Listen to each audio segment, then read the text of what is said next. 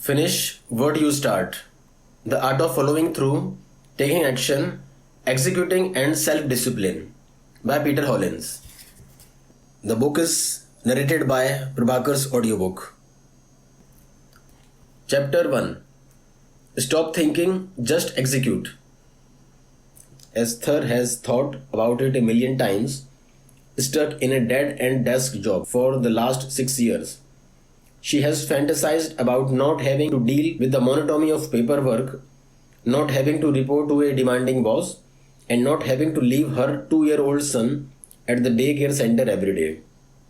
And exactly how were such fantasies supposed to be realized when she had to earn a living to make ends meet for her family? She had the answer. She figured she would start her own baking business right at home.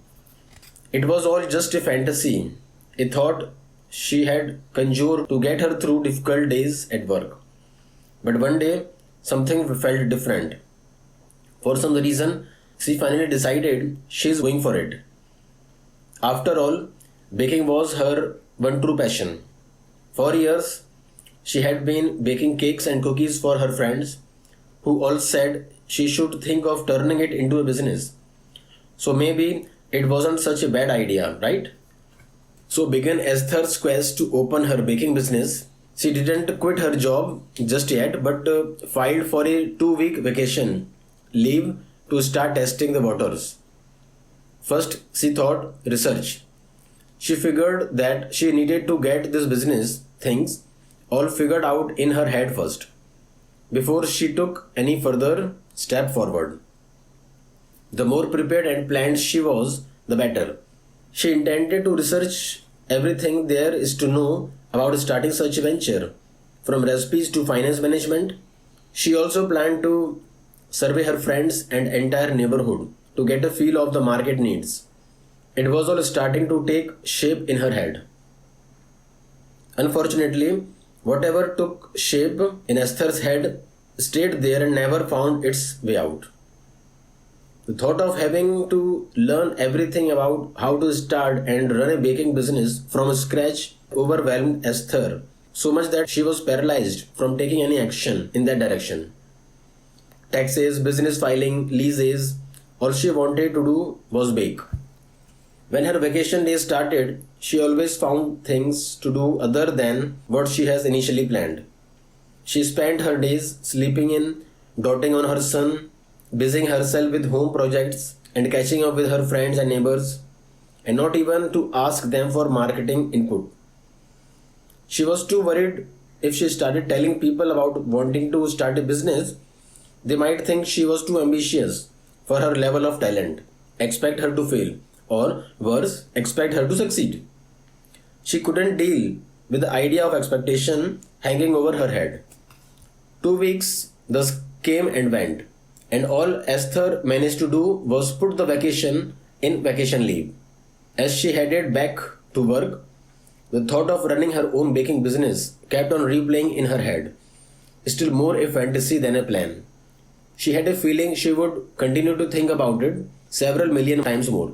What is following through? What do you suppose went wrong in Esther's situation? Did she lack focus, self-discipline, action, persistence? If you say she lacked all of the above, you are pointing to actually just one concept: following through. Following through is related to focus, self-discipline, action, and persistence. But it is not synonymous to any of them. Rather, it is a composite of all of them. A bit like how those big Japanese anime robots come to be formed by the fusion of small individual robot parts. Power Rangers or Voltron, to be specific. And much like how each smaller robot forms a different body part in a big robot, so too does each of these 4 elements: focus, self-discipline, action, and persistence, corresponding to a body part that, when pieced with the others, forms the whole of following through. Focus. Following through involves having focus. It's akin to the head because it is focus that keeps your head in the game and your eyes on the prize. Focus guides your thoughts in figuring out how to follow through and direct your action toward achieving your vision. See, following through is not just about exerting effort. It's about exerting efforts that's concentrated on a single goal. With focus, no effort is wasted. What's followed is a single line of sight. So, what's pursued is the single most direct way towards a goal. Going back to Esther's situation, had she been focused on her dream of starting a business, she wouldn't structured her free time better, scheduling activities in view of realizing that dream. The spine, self-discipline. The spine of following through, self-discipline is what enables you to get your head down and work when you need to, even if you don't want to. It's the ability to control yourself so that you retain focus on what needs to be done, despite the temptations and distractions you may encounter. This element is essential to following through because it's what gives you power to regulate your own thoughts, feelings, and actions towards ends that are meaningful to you. Without self discipline, you won't be able to consistently exert effort on something until it's done, which is what following through is all about. As the head is continuous with the spine, so is focus continuous with self discipline. If you are focused on what you need to do, self discipline will naturally follow. Likewise, if you are self disciplined, it will be easier for you to focus on what needs to be done and avoid distractions. Self discipline, like the spine, keeps you upright so you don't slump into a mess. If Esther had enough self discipline, she won't be able to resist using all her free time just for leisure. There is nothing wrong with catching up on some sleep or spending time with your loved ones, but if all your days are spent doing just those and none of productive work, then balance is lost. Leisure is an important part of life, but if it's excessive and takes the place of reasonable productivity, then it becomes a vice. The hands and feet. Action. Action. The hands and feet of following through means prioritizing execution and simple motion. This is what makes following through more than just having focus and self-discipline. Following through is an intention that's been translated into action. It is action that will move things in the real world and take you from point A to point B. That is, from where you are now to where the fulfillment of your goals lies. It is the visible aspect of following through, the one that's actually observed, measured, and evaluated against your goals. Action is thus crucial to the execution of your plans and realization of your goals, for without it, plans remain abstract and goals remain dreams. Had Esther acted on even just the first part of her plan, research, she would have at least inched her way toward realizing the dream business she had in mind. The heart, persistence. Finally, at the heart of following through is persistence. Persistence is firmly sticking to something for a prolonged period of time, even as you encounter things that try to unstick you. It's the tenacity to adhere to a course of action, even in the face of obstacles. It is not enough to just start. You need to stick with it until it's done. Following through is about having enough heart to keep pushing even in the face of obstacle, distractions, and setbacks. Many of the goals worth aiming for in life call for not just sprint but a marathon.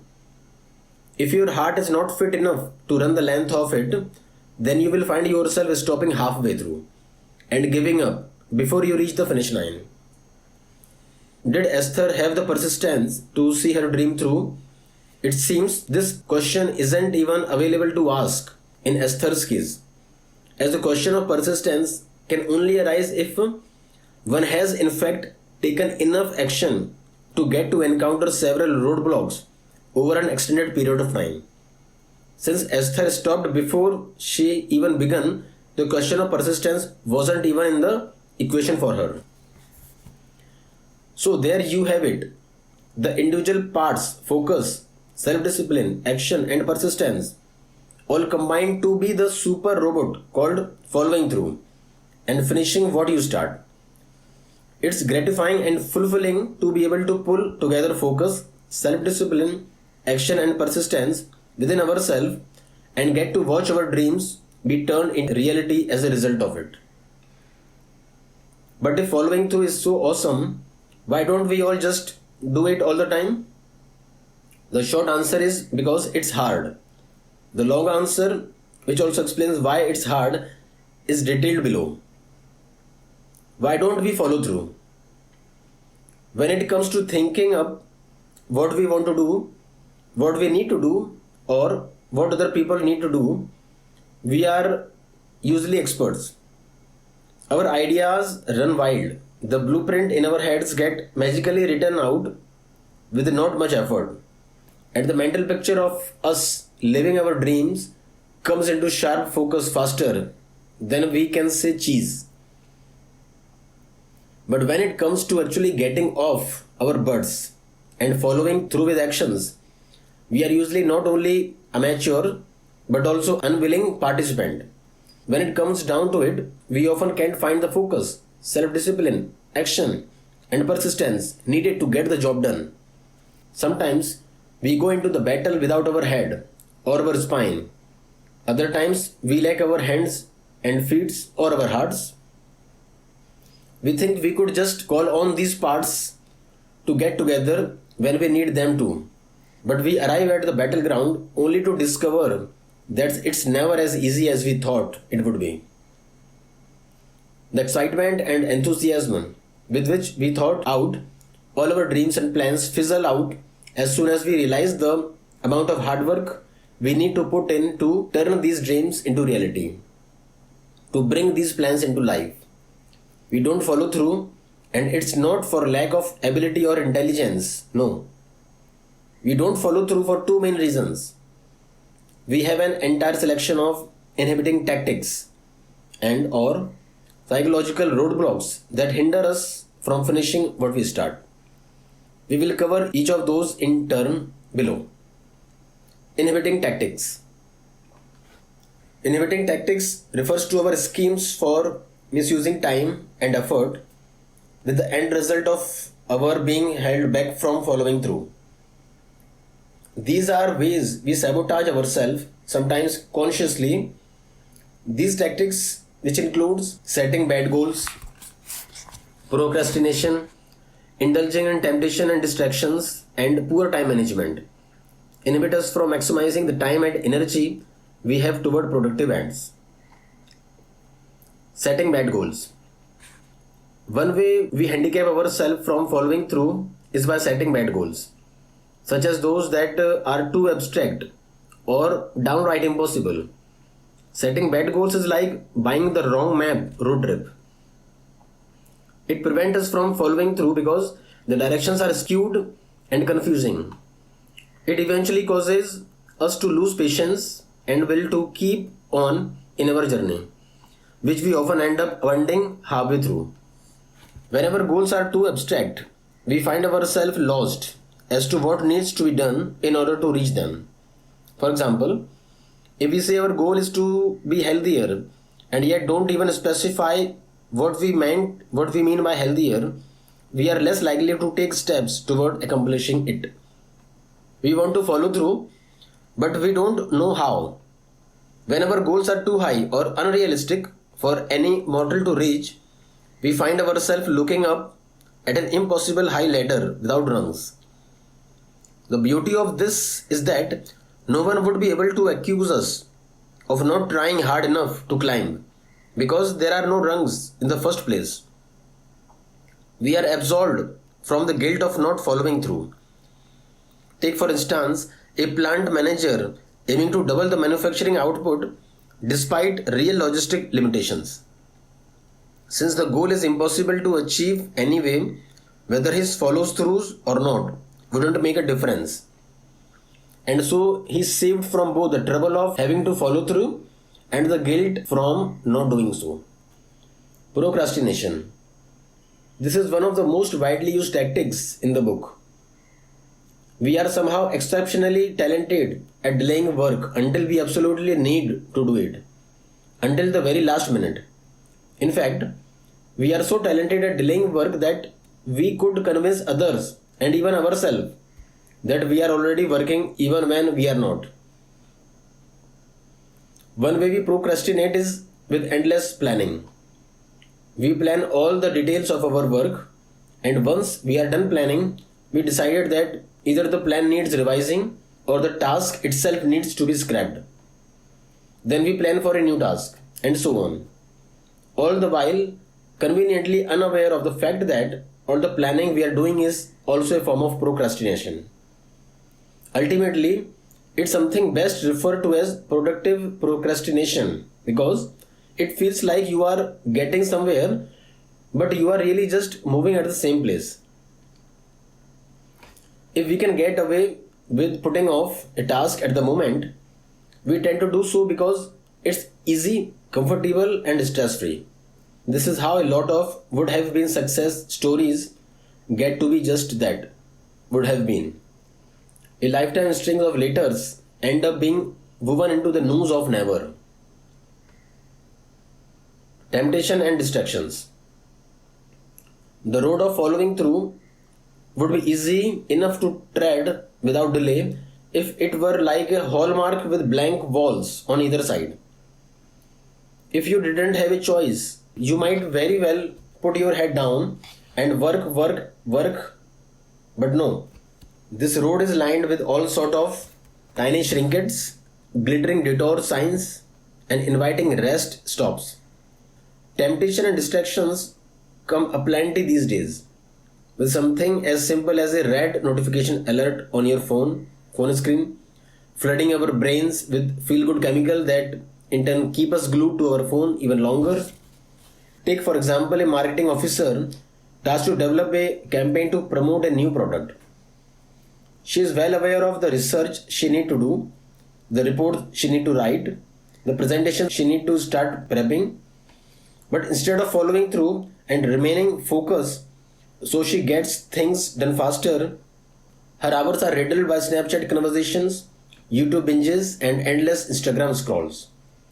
Eventually, the research may get done, the report may get written, and the presentation may be prepped, but such are not likely to reflect her true potentials. But of course, we cannot rid the world of temptation and distractions. After all, they are not the main problem. The main problem is that we lack the know-how to properly deal with them. While they may come aplenty on either side of the road, there are two ways we can still manage the situation through: strategic avoidance and healthy moderate use. First, we may implement strategy to avoid temptation and distraction.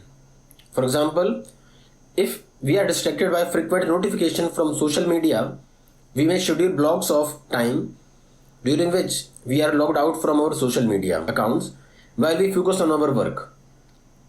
Second, we may deal with temptation and distractions in a healthy and productive way. We don't need to deprive ourselves of tempting and enjoyable leisure activities for the rest of our lives just so we could through on our goals. In fact, we are not supposed to do. Giving ourselves a well-deserved break by indulging in activities we find enjoyable would help recharge us so we could function better.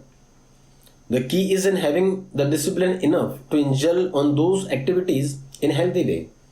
For instance, we may periodically reward ourselves with a 10-minute break during which we log back in and check on our social media accounts after we accomplish a set of amount of work.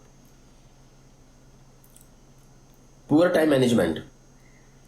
So much to do and not enough time to do it. How many times have you heard these words spoken by a colleague, a family member, or the person looking back at you in the mirror? And how many times could you see that it's not time they lacked, but the ability to use their time productively? We all have the same amount of time in a day. Time management is the practice of using time in a way that maximizes productivity and efficiency. Good time management involves not only the ability to schedule tasks, but also the insight and good judgment to recognize which tasks are best done when. Moreover, it requires having the self discipline to do tasks as initially planned and the focus to organize resources accordingly. With good time management, a schedule is cleverly organized and then promptly followed, so tasks get done as planned. On the other hand, bad time management involves a lack of planning, organization, focus, and self discipline. We forget, overlook, or miscalculate tasks in terms of how much time they would require for completion, leading to a domino effect that messes up the rest of our plans. We fail to foresee and provide for the resource we need for the activities we have planned, leading to delays and cancellations. We fail to prioritize our activities, instead choosing to spend our time doing non-essential tasks, leading to unsuccessful endeavors, plus maybe a scolding glare from our boss. Life in the 21st century is challenging our ability to maintain work-life balance like no other time before. With the technology allowing more work hours as well as more entertainment options than ever, we no longer seem to find 24 hours enough to fit in everything we need and want to do in a day. With such demand as lifestyle, poor time management has become the norm, and good time management is the superpower only the enlightened have seemed to master. And if we can't even manage our time when it comes to our day to day task, how could we expect to find time to follow through on our bigger life plans? Psychological roadblocks. Psychological roadblocks refer to the internal, often unconscious mechanisms in our psyche that act as barrier to following through. Among these mechanisms are laziness and lack of discipline, fear of judgment, rejection and failure, perfectionism out of insecurity, lack of self-awareness. These psychological roadblocks operate internally to inhibit external action, thus preventing us from following through. Laziness and lack of discipline. The reason we don't follow through can sometimes be as simple as being lazy and lacking the discipline to do so. Our laziness hinders us from getting off the couch and working on the important task that will get us closer to our goals. Our lack of discipline sees us squandering our time to distractions and temptations. We may get our calendar planned out, but our to-do list ready and everything else we need prepared. But somehow we lack the willpower and discipline within us to just start, just do, and just keep pushing. We see the sacrifice, however small, we would have to make, and we decide that it's not worth it. Willpower is the energy that activates our bodies, while discipline is the focus that directs that energy so that we are constantly moving towards our goal. If we don't find a way to turn our willpower and discipline on, our bodies would simply continue to be in their inactive state, never following through. Fear of judgment, rejection, and failure. Imagine Lara, a volunteer for a local organization helping provide education for less fortunate children. She had an idea for a fundraising campaign that will bring in more sponsors. She plans what she needs to do and researches who she needs to talk in order to make things happen. But before she even makes the first call to get the ball rolling, her breath catches. She hesitates and thinks, what if I organize this campaign but nobody signs up for it? What if our community leaders back my idea but it winds up being a flop? What if we would end up spending more money than we actually gain? So she drops idea entirely and immediately start breathing easier. What Lara stops from following through was her fear of judgment, rejection and failure. To her, not following through was an act of self-preservation, a way to save herself from the pain of failure. Since she never asked for anything, she never got rejected. Since she never went after a goal, no one could say she failed at it. Fear of judgment, rejection, and failure thus paralyzes us from following through. We think that by abstaining from action, we cancel our possibility of producing any output that might be subject to evaluation or judgment. And if we can't be evaluated or judged, we also can't be rejected. If we don't try to go for things, especially things that challenge us, then we can't fail. However, there are ruinous distortions in the reasoning. By not acting or not following through, we have already judged and rejected ourselves even before we have started. We have already failed the moment we decided not to try. Perfectionism out of insecurity. Paul has been planning to apply for promotion for several years now. He has been putting in the effort to upgrade his professional knowledge and skills, attending seminars, taking certification exams, and enrolling in postgraduate classes. He wants his resume to be perfect so that when he does apply for promotion, he can be sure he will get it. For Paul, it was either perfection or nothing. Several more years passed. He still never applied for a higher position. His credentials did not feel good enough to him, and it never did.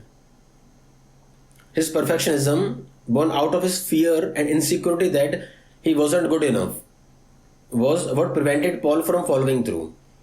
Instead of taking action that would move him forward, he focused his energy on over-planning and striving for perfection, ultimately leading to stagnation. To the outside world, it may have seemed that Paul was a busy bee working towards his goal, but in reality, he was internally inhibited by his perfectionism from truly following through. Lack of self-awareness. Finally, lack of self-awareness could also be a psychological barrier against following through. Because we are so often afraid of making mistakes and venturing past our comfort zones, we never get to learn the fullest extent of what we can do. Thus, many of our interests, passions, and talents remain hidden to us forever. And not knowing our true capacities, we remain convinced that we will never make it, even if we tried. So we don't follow through on our plans, and in so doing, trap ourselves in a lifetime of stagnation. What's more, we don't even realize we have fallen into the trap of stagnation because we also lack the self-awareness that we are not following through. We continue living our busy life, content with the idea that we can't possibly be working harder than we already are.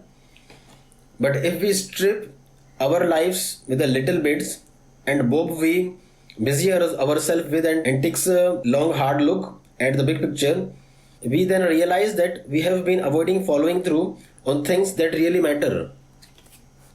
So there you have it, the list of reasons why we don't follow through. We start with excitement and enthusiasm but end up with excuses and explanations. We start with anticipation but end up with alibis. And all too often we don't bother looking past what's in front of us because that's in front of us is easy and convenient. A part of us don't want to know what's possible beyond that because we are afraid to want it and to do the hard work that will get us there. But take courage for a moment and for the sake of your personal growth and happiness, consider how your life would be different if you made following through a habit. Following through is more difficult path. What if we do follow through? Following through is the more difficult path, but the benefits it can yield make the journey worth the struggle. If you develop the habit of following through, you will be able to increase your productivity, maximize every opportunity, and realize your fullest potential. Your academic and career goals will be real guideposts in your life instead of just being pipe dreams and ending up as frustrations. Being a person who follow through will also improve your relationships. You will find that as you consistently keep your promises, you will gain and retain the trust of your supervisors, your colleagues, and your staff. More importantly, you will be building better relationships with your spouse, your children, and your friends. They know they can trust your words because they have seen you act on your plans and deliver on your promises. What's more, following through will help you build a better relationship with yourself. Following through forces you to be in touch with your own dreams. Following through forces you to be in touch with your own wants, needs, capacities, and fears more intimately, so you get to take charge of your own life instead of being just a slave to your unconscious fear and society's pressure on you. In summary, following through is the power combination of focus, self-discipline, action, and persistence. It's the force that drives you towards high professional achievements, better relationships, and greater personal satisfaction. However, tactics based and psychology based roadblocks can often hinder you from consistently following through on your dreams and goals. You may have the passion and motivation to do something at first, but the fire within you is likely to down somewhere along the way. To reignite it, you must first understand what's holding you back, then equip yourself with the right tactic and psychological tool to help you follow through on the things you start. Recall the story of Esther told at the beginning of this chapter. She took a leave in the hope of getting to start on her own business, but she failed to follow through because she was tempted to indulge in pleasurable distraction and was taken by her fear of rejection and failure. Instead of using the time, she had to set a realistic goal and follow through on building the life of her dreams. She ended up returning to a life she didn't enjoy living. Imagine if Esther was aware of the barriers that were keeping her from following through. Suppose she responded by using the right tactics and psychological tools to counter such barriers and eventually succeed in running a home-based bakery business. Every day, she would be waking up excited to get to work with something she is passionate about. She would get to spend every day near her son and watch him grow. She would be living the life she only dreamed of. Take a moment to consider the story of your own life.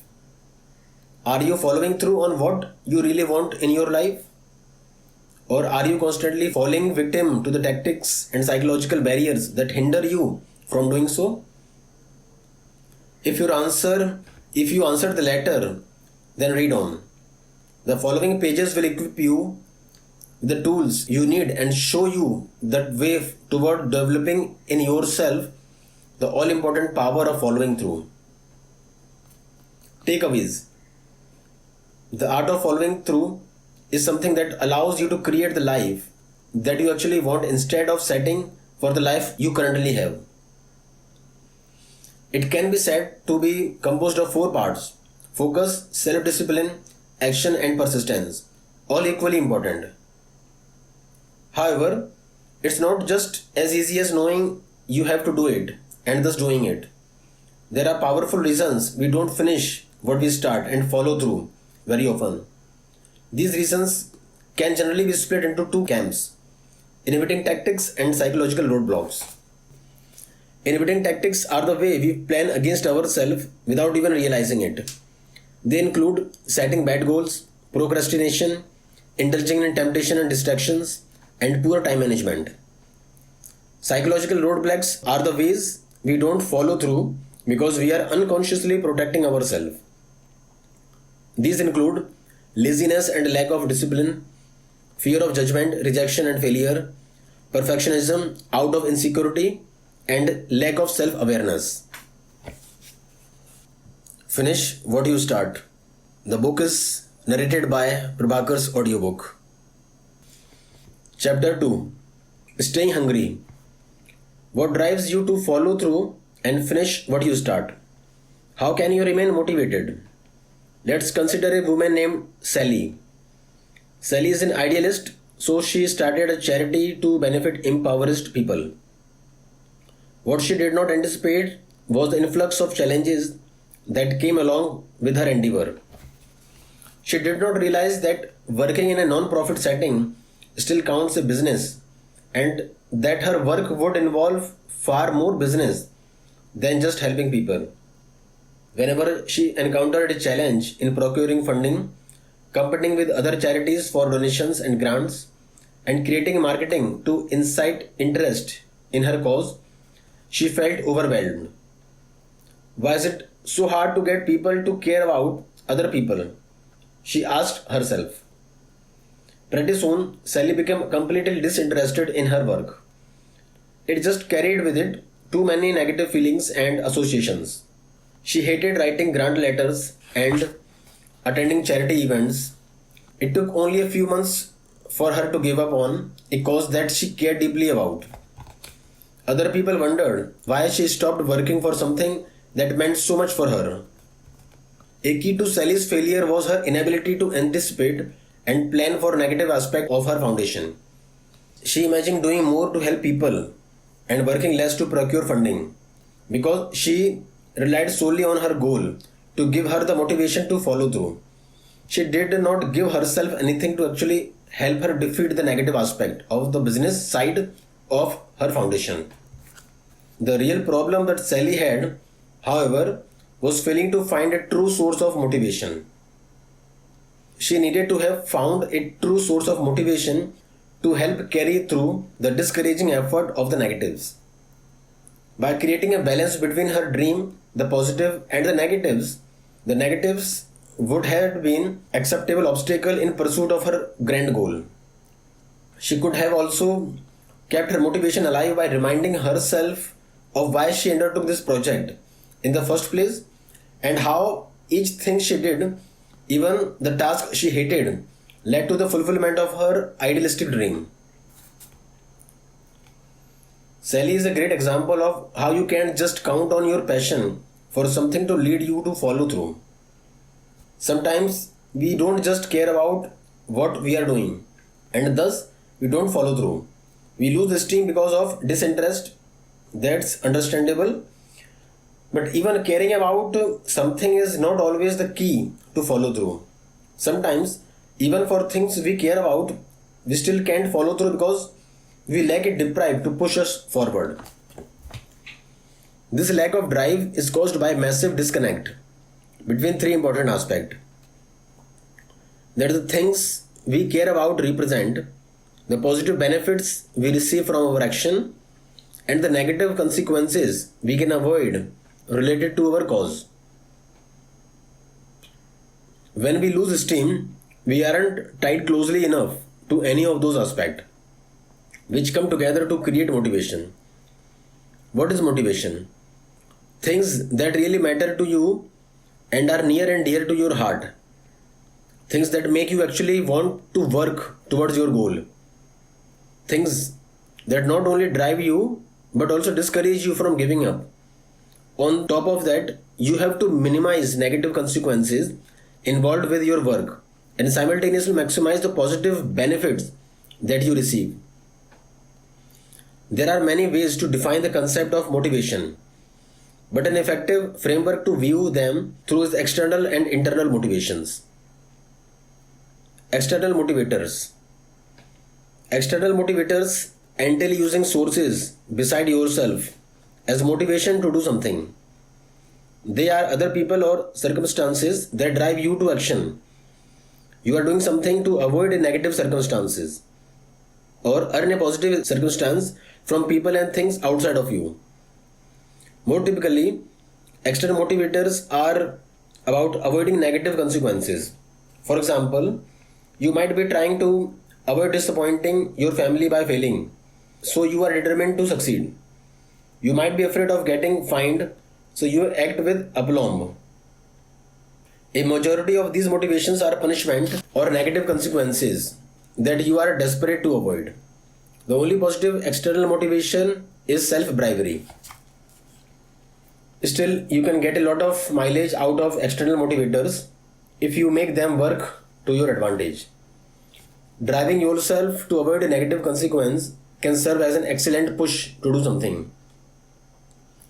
No one wants to suffer. If you know that not following through will result in some sort of suffering, you will do anything to avoid the negative consequences.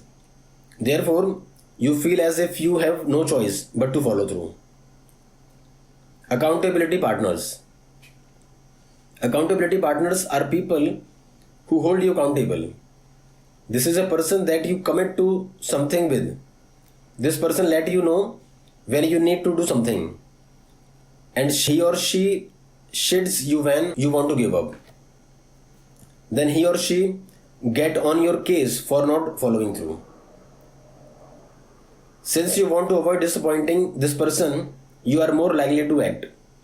You rely on this person to give you the external motivation to avoid shame, so you become more accountable for your action and your goal to avoid his or her negative feedback. You may also become accountable in order to avoid letting this person down, as he or she counts on you to complete the goal with him or her. Accountability group. An accountability group can be more effective than a single partner. By having multiple people holding you accountable, you face the possibility of exponential shame. The shame and disappointment of multiple people building on top of each other is a horrible feeling that you will want to avoid. Plus, you will still have people to hold you accountable should one person drop out of the race. It can be hard to rely on a single partner's commitment, but a group is much steadier in its pressure. Having more people to answer to and to guide you can help you stay on track to avoid shame. Putting money down. The risk of losing money is another motivator that you can use to your advantage. A good example of this is an expensive gym membership fee that makes you want to go gym more often. You don't want to waste money, so you go to the gym just to make the fee you paid worthwhile. Another example is paying a lot of money for a course. You want to finish the course because you paid so much for it and you consider it shame to just waste that fee. By investing in something monetarily upfront and even slightly before you feel ready, you will be pushed to follow through to avoid wasting and losing money. The primary operator here is guilt for spending money on something that you never used or did. You can take monetary investment motivator to the next level by hiring a coach or trainer of some type. This is the next level because paying someone money to hold you accountable combines both monetary investment and accountability partners. Now you have two reasons not to quit or back out of your commitment. You don't want to waste money or hear about how you have failed from a disappointed accountability partner. Finally, you can give someone money and then tell them not to give it to you until you complete something. When you give a friend $500 and instruct them not to return it to you until you complete your task, you will quickly discover just how much your worth ethics is worth to you. If rupees $500 is not enough, up the ante next time to make it truly something you will work towards. Self-bribery. A final external motivator is to bribe yourself. This is where you promise yourself a reward if you follow through. Therefore, you let that reward drive you and surmount your difficulties. For example, you might know that you can take your dream beach vacation if you save money wisely and earn enough to have a spare. Keeping the emotion of the beach vacation can be a powerful reminder every time you want to spend your money. External motivations are mostly about avoiding pain. So figure out what pains you are avoiding and can create for yourself. Then let your urge to avoid these pains drive you. Avoiding negative social emotions work well because no one wants to feel shame, guilt or rejection.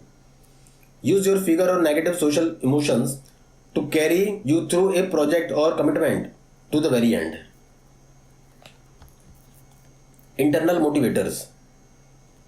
Internal motivators are about what you want as opposed to avoiding a negative consequence or punishment. If you are motivated by avoiding a negative consequence, but you realize at some point that maybe negative consequence won't actually kill you, so you can deal with it. There goes your motivation. You will simply deal with the consequence sometimes. In some cases, relying on external motivators and fear does not work as well, going after the things you love and want. Therefore, internal motivators are often better source of motivation than external source. We can view it thusly: if you are driven by fear or face a substantial negative consequence, external motivation is ideal, while internal motivation is more suitable if you know that you want and there is little to fear. Internal motivators are your why for taking action and putting in effort. Think of a donkey walking forward to reach the carrot. Internal motivator are the carrot, while external motivator are the stick. External motivator drive you forward out of fear of something unpleasant, while internal motivator make you feel that reaching your goal is going to give you a big reward and lots of pleasant benefits. The more internal motivators you can articulate, the more motivated you will be follow through and finish. Ask the following question to determine how you will benefit, then let your desire for those benefits drive you forward. Internal motivations tend to be more uniform because they speak to people universal desire and dream and needs. Why are you getting out of this? Maybe you are getting money or a sense of happiness and fulfillment in life. You are getting closer to a goal which can mean a lot in terms of benefits. How will your life change or benefit? You may be able to get a better home or nicer car if you earn more money, or you may be able to recover from depression and ultimate sadness by attaining a higher sense of fulfillment. How will your family benefit? Your family meant a lot to you, so let them motivate you. Imagine the smile on their face as you give them a better life and make them proud. Imagine getting your kids better school clothes, living in a safer neighborhood and being able to afford private school and college. What impact will you have on others?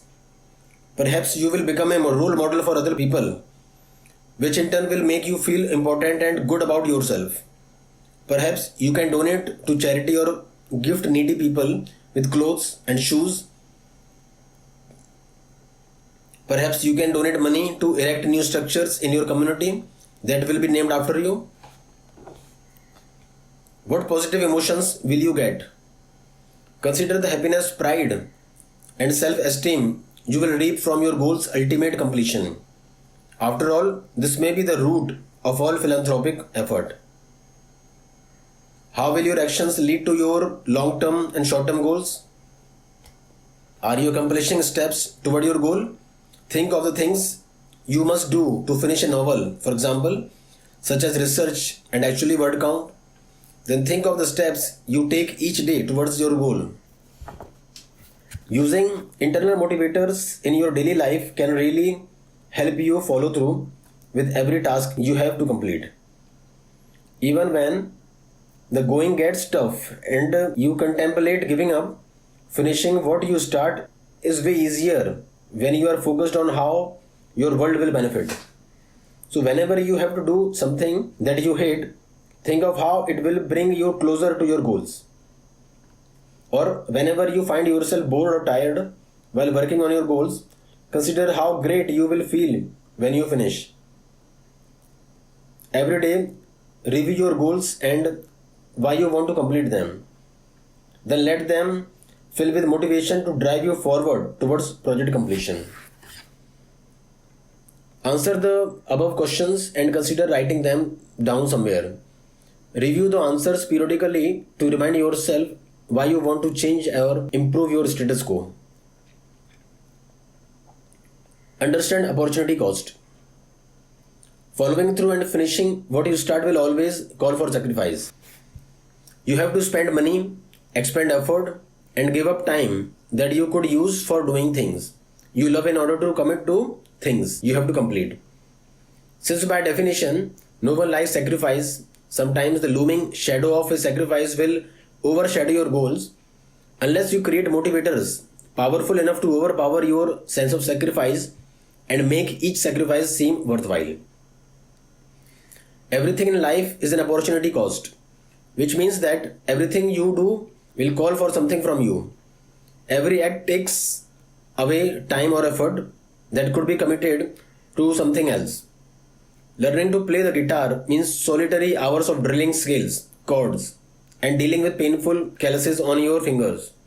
Going to college entails getting up early and heading to a boring lecture and spending hours doing homework. Are you ready to make the trade-off? If the opportunity cost is too expensive for you to want to pay it, then you will not follow through. Therefore, you must find a motivator that drives you to accept the opportunity cost. If you don't feel motivated enough to pay that cost, then you are guaranteed to lose steam and give up. Therefore, there are two ways to solve this problem. The first is that your motivation must be even stronger and more silent in order to make you ignore these opportunity cost and the things you are missing out on.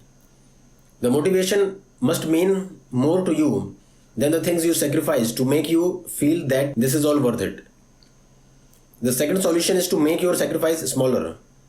This means that there is a less pain associated with getting things done.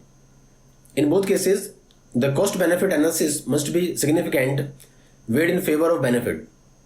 But the first method manipulates the benefit while the second method manipulates the cost. An example of this is give up your weekly Friday night out with friend to go to a late night history class. This class is essential to getting the degree you need to break into your dream career. But you sure do love your night out with friends. To use the first situation, your desire to get into this career and better your life and feel proud of yourself must outweigh how much you love Friday nights out. You must keep in mind that your life will drastically change for the better if you can resist a few Friday nights. Otherwise, you will find the conflict too great to overcome and you will quit the class in favor of your friends. Let's apply the second solution to the same result. Instead of just giving up on your Friday night out, schedule a different night or drum up the energy to go out after class and spend just a little time with your friend every night out, every Friday night. You are turning a full sacrifice into a compromised sacrifice. The end result is a compromise that make it possible to keep doing what you want while also working on your goal. When faced with opportunity cost and potential sacrifice, keep in mind that your life can't continue 100% as you want it to. But if you focus on increasing the benefit or minimizing the sacrifice, you can continue progress towards your goal with staying motivated and not listless. Keep your motivation on your mind. Internal and external motivators are great ways to fuel the productivity and commitment required for following through. But they won't do anything for you if they are out of sight and out of mind. According to psychological science, people are more inclined to follow through if they are exposed to stimuli that remind them of their motivators. Seeing or hearing their motivators can drive them to maintain motivation. In other words, sometimes the simplest solution work best. Constant reminder will keep you on track because our mind can only fixate on so many things. Additionally, Catherine Milkman of University of Pennsylvania developed the hypothesis that reminders through association could aid people in remembering goals and following through with them. To confirm this hypothesis, she conducted a study whose participants were asked to complete an hour-long computer task. They were promised compensation as well as a dollar donated to the local food bank. They were asked to make sure that donations were made by picking up paper clips when they got their compensation.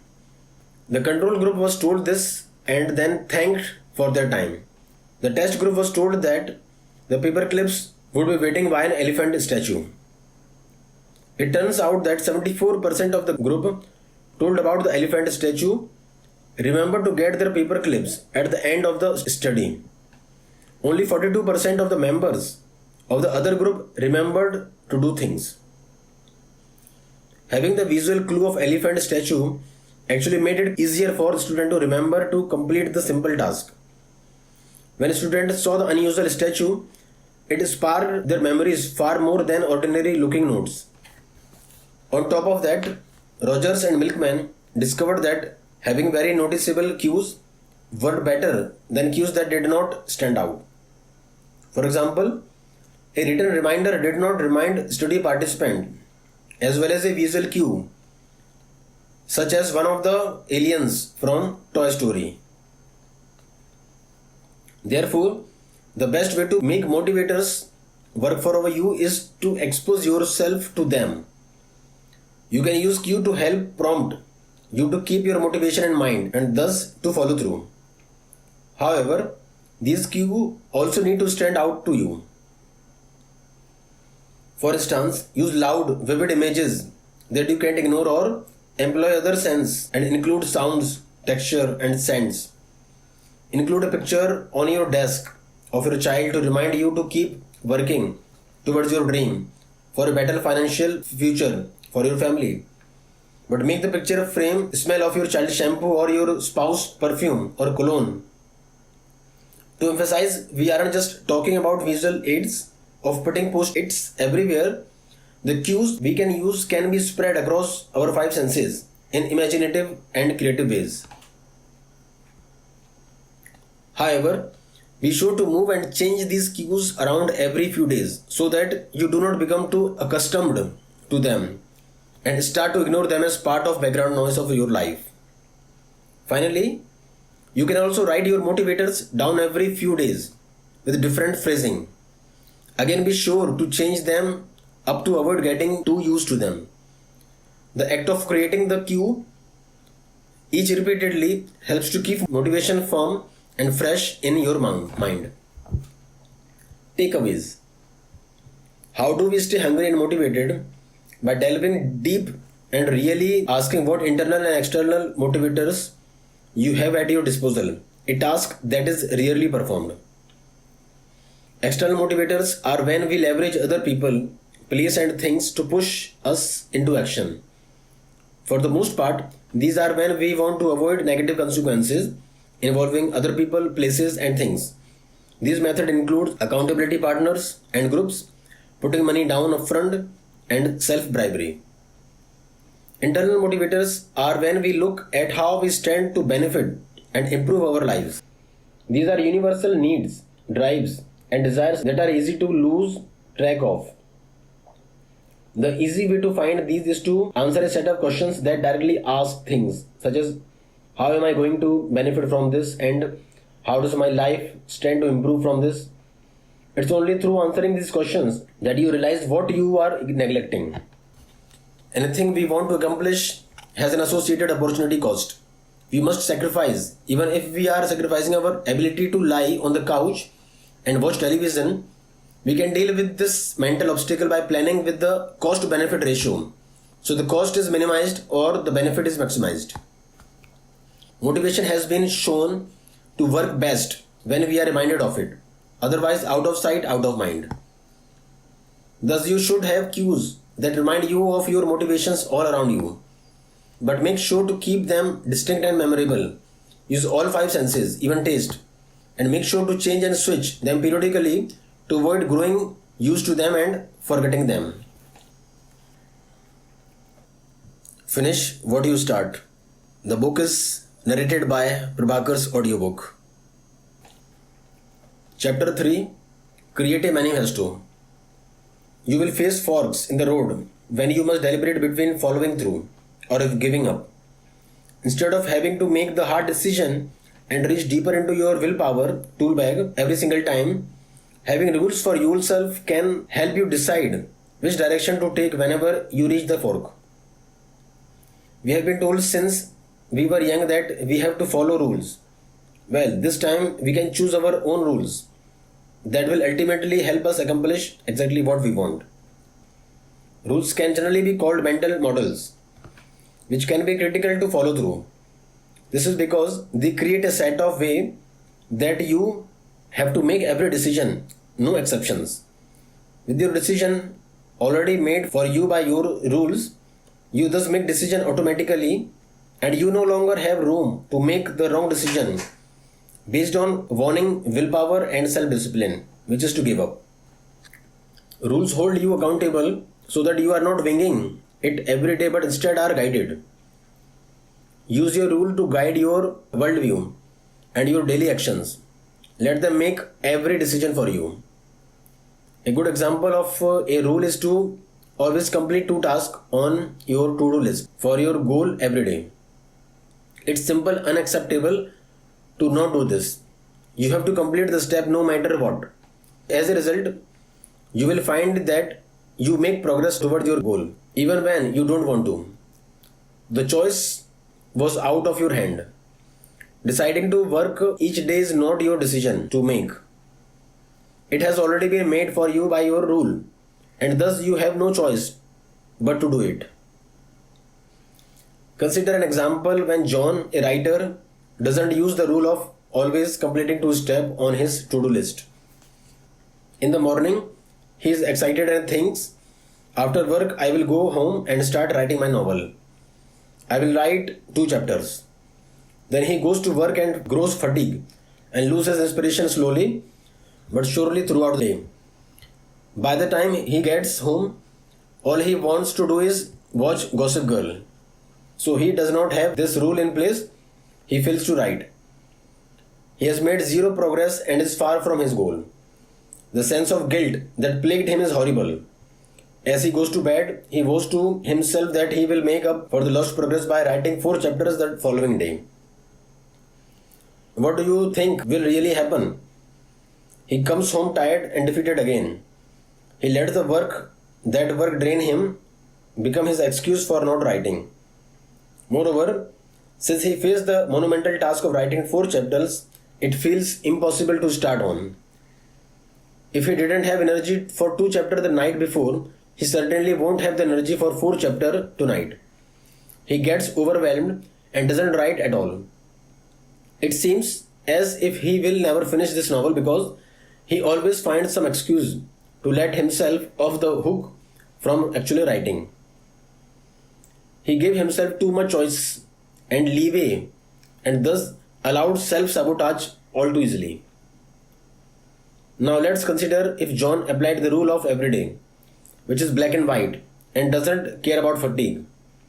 No matter how tired and uninspired he feels, he knows that he has to write 2 chapters a day after work. No exception and no excuses. So when he gets home, he looks at his computer and he feels tempted to go to watch TV and conserve his energy by being lazy. But because he follows a rule in his life, he can't break it, so he has to write. In fact, he plans for it all day because he knows it's coming. He sits down and tackles the 2 chapters and goes to bed exhaustively, but contented and proud of himself. He has made significant progress on his novel. Pretty soon, he is done with his novel and the feeling of accomplishment is worth the energy he had to spend on the novel when he was drained after work. Rules help you follow through because they limit your vision. When you are robbed of your decision-making power, the same power that leads you to fiddle with social media when important task needs to be done, then your hands are tied and following through is the only choice you have. This chapter is about creating a set of rules, collectively a manifesto, for you to follow every time you come across a fork in the road. They push and guide you into the right decision, right direction, and avoid depleting the willpower you do have. Here are a few ideas for you. Rule number 1. Evaluate yourself. Rule number 1 is to ask yourself, if not for laziness or fear, would I be giving up? This makes it very clear to yourself that you are not acting out of a lack of ability or talent, but rather you are just taking the easy way out. Is that what you want to admit to yourself? When you face the fact that you are being lazy or fear head on, it makes you not want to be that way anymore. It's a kick in the butt that forces you to call yourself lazy, fearful, and then drives you to take action. Realizing that only fear or laziness stands in your way helps you realize how silly that is over it. So before you give up, make it a rule that you always ask yourself, it is laziness or fear that is holding you back from action? Let's say that you have a goal to make a certain amount of money by delivering so many projects on your clients in a month. But the work is hard and you find yourself losing motivation. You want to stop working and take several days off. Ask yourself, am I just being lazy? That kicks your butt into gear and you take action. You do your work and you feel better about yourself, knowing that you are doing the best you can. Rule number 2, 3 task maximum. Rule number 2 is to focus on 3 things a day maximum. Only tops. Being overwhelmed or disorganized can kill your ability to get things done. Sometimes we can't follow through on what we want because we don't plan smartly. We give ourselves too much to do and we become overwhelmed. But using this rule enables you to plan against that problem by only allowing yourself to focus on 3 things a day maximum. Plan how to reduce your focus on only 3 things by deciding on what they are going to be the night before. Prepare to focus only on those things so that you can plan logically and not react emotionally. One setback you will face when you attempt to limit yourself to 3 main tasks a day's differentiation. Specifically, you will need to learn to differentiate between important things and urgent things. Important things must be done and should make it to your top 3, while urgent things are not necessary. Urgent things will seem important and will cause you stress, but they are not actually be important or take priority. An urgent thing might be making time for a harried client who's rushing you. Meanwhile, getting a project to a client before the deadline is an example of an important task.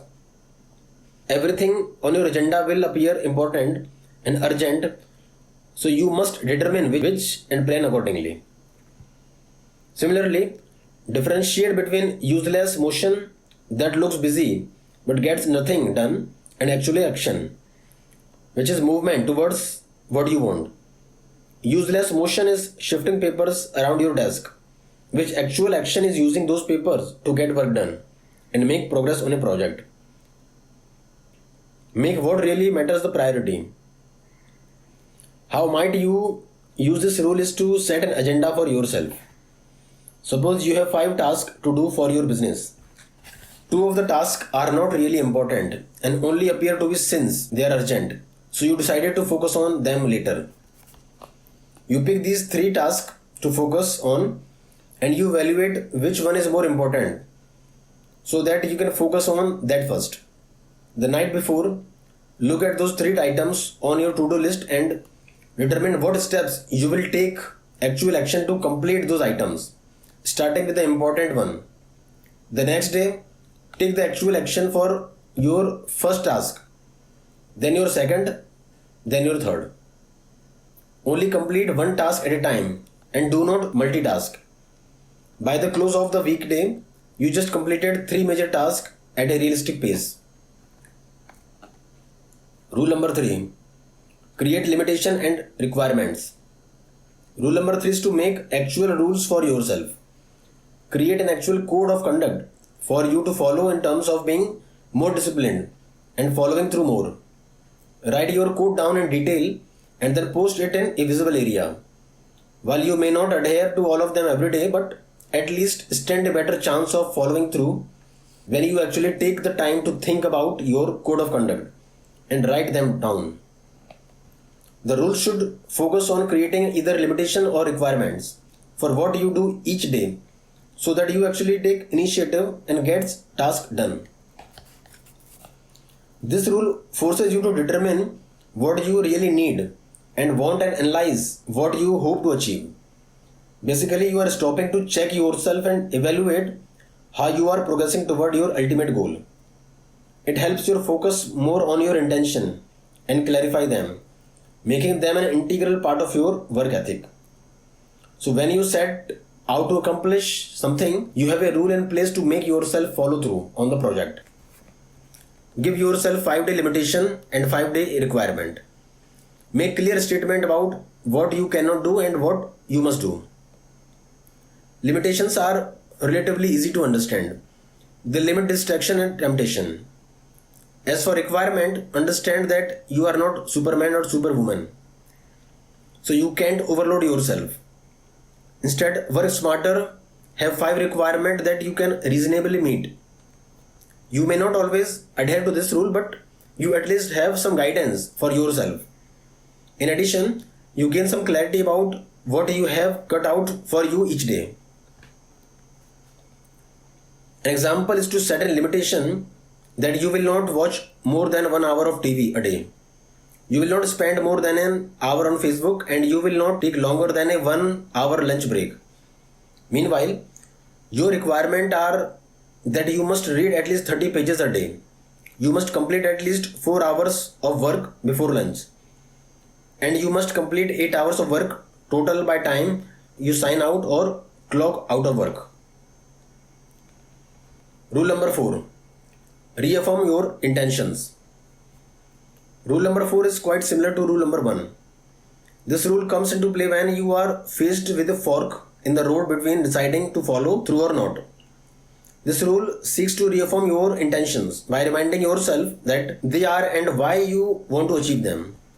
When you find yourself deliberating between quitting and following through, ask these 3 questions to yourself. Better yet, have the answers written somewhere so you can look over again. I want. This is where you state your end goal and how you will benefit from it. What is your reason and motivation? Keep reminding yourself of the external and internal motivators that you have on your side. Remind yourself something like, I want to be rich. I will. This is where you state how you must reach that end goal and all the work you should be doing to get there.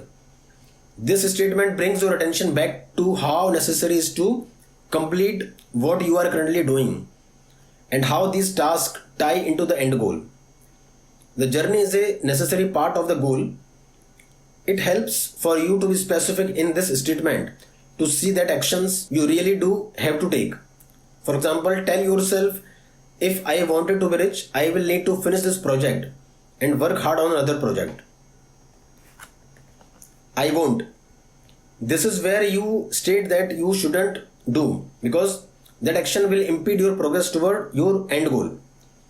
There are many things detrimental to your progress, including distractions, temptations, lack of discipline, procrastinations, and other destructive or wasteful actions.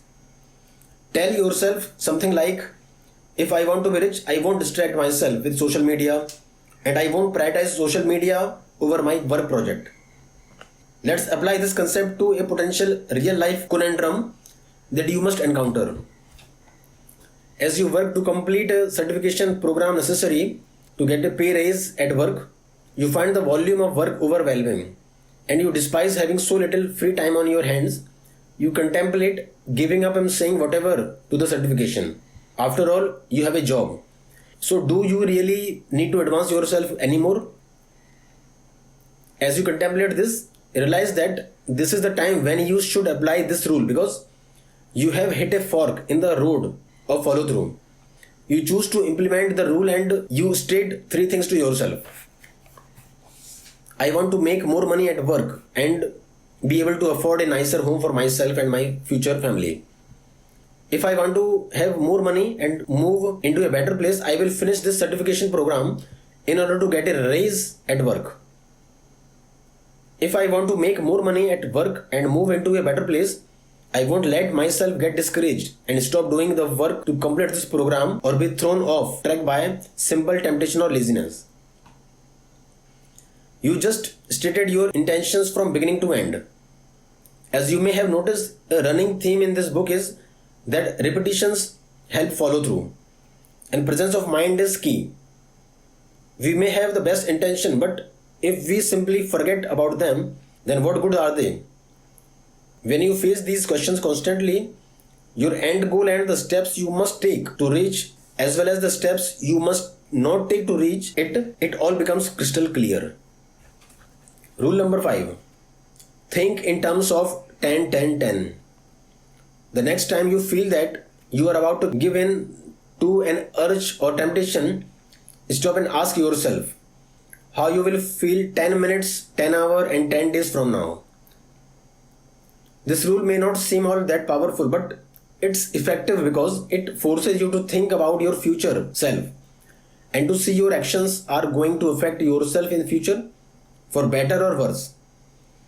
A lot of times we may know that we are losing willpower or doing something harmful in the moment, but that's not enough to stop us from doing it because we don't have any connection to our future self that will have to deal with the consequences.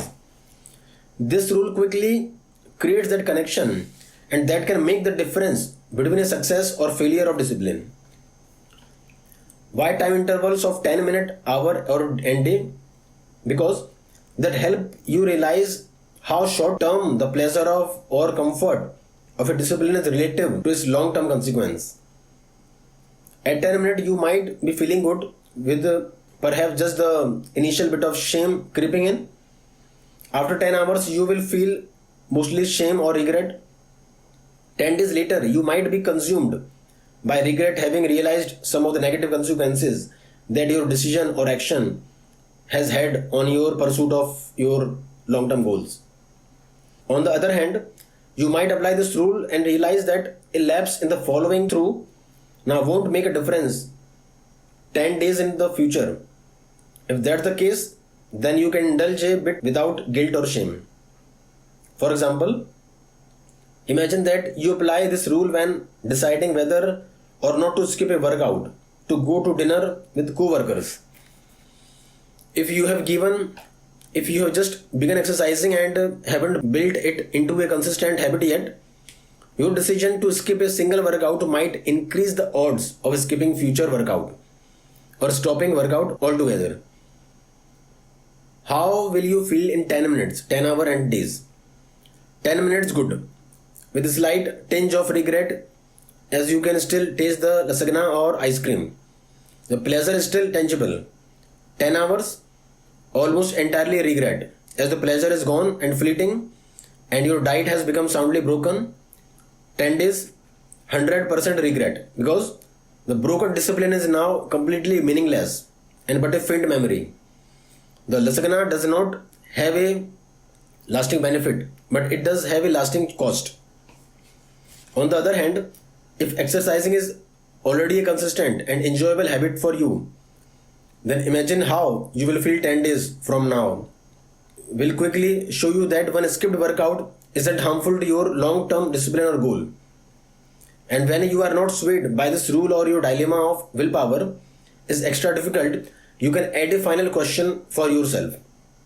That is, how will breaking willpower now affect you in 10 weeks or even longer term?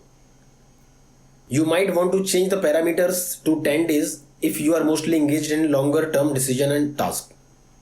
In this progress, it's crucial to be honest with yourself and wary of your own abilities to rationalize and make excuses. For example, you may have tried to quit an addictive habit many times in the past only to fail and eventually reinforce the harmful behavior.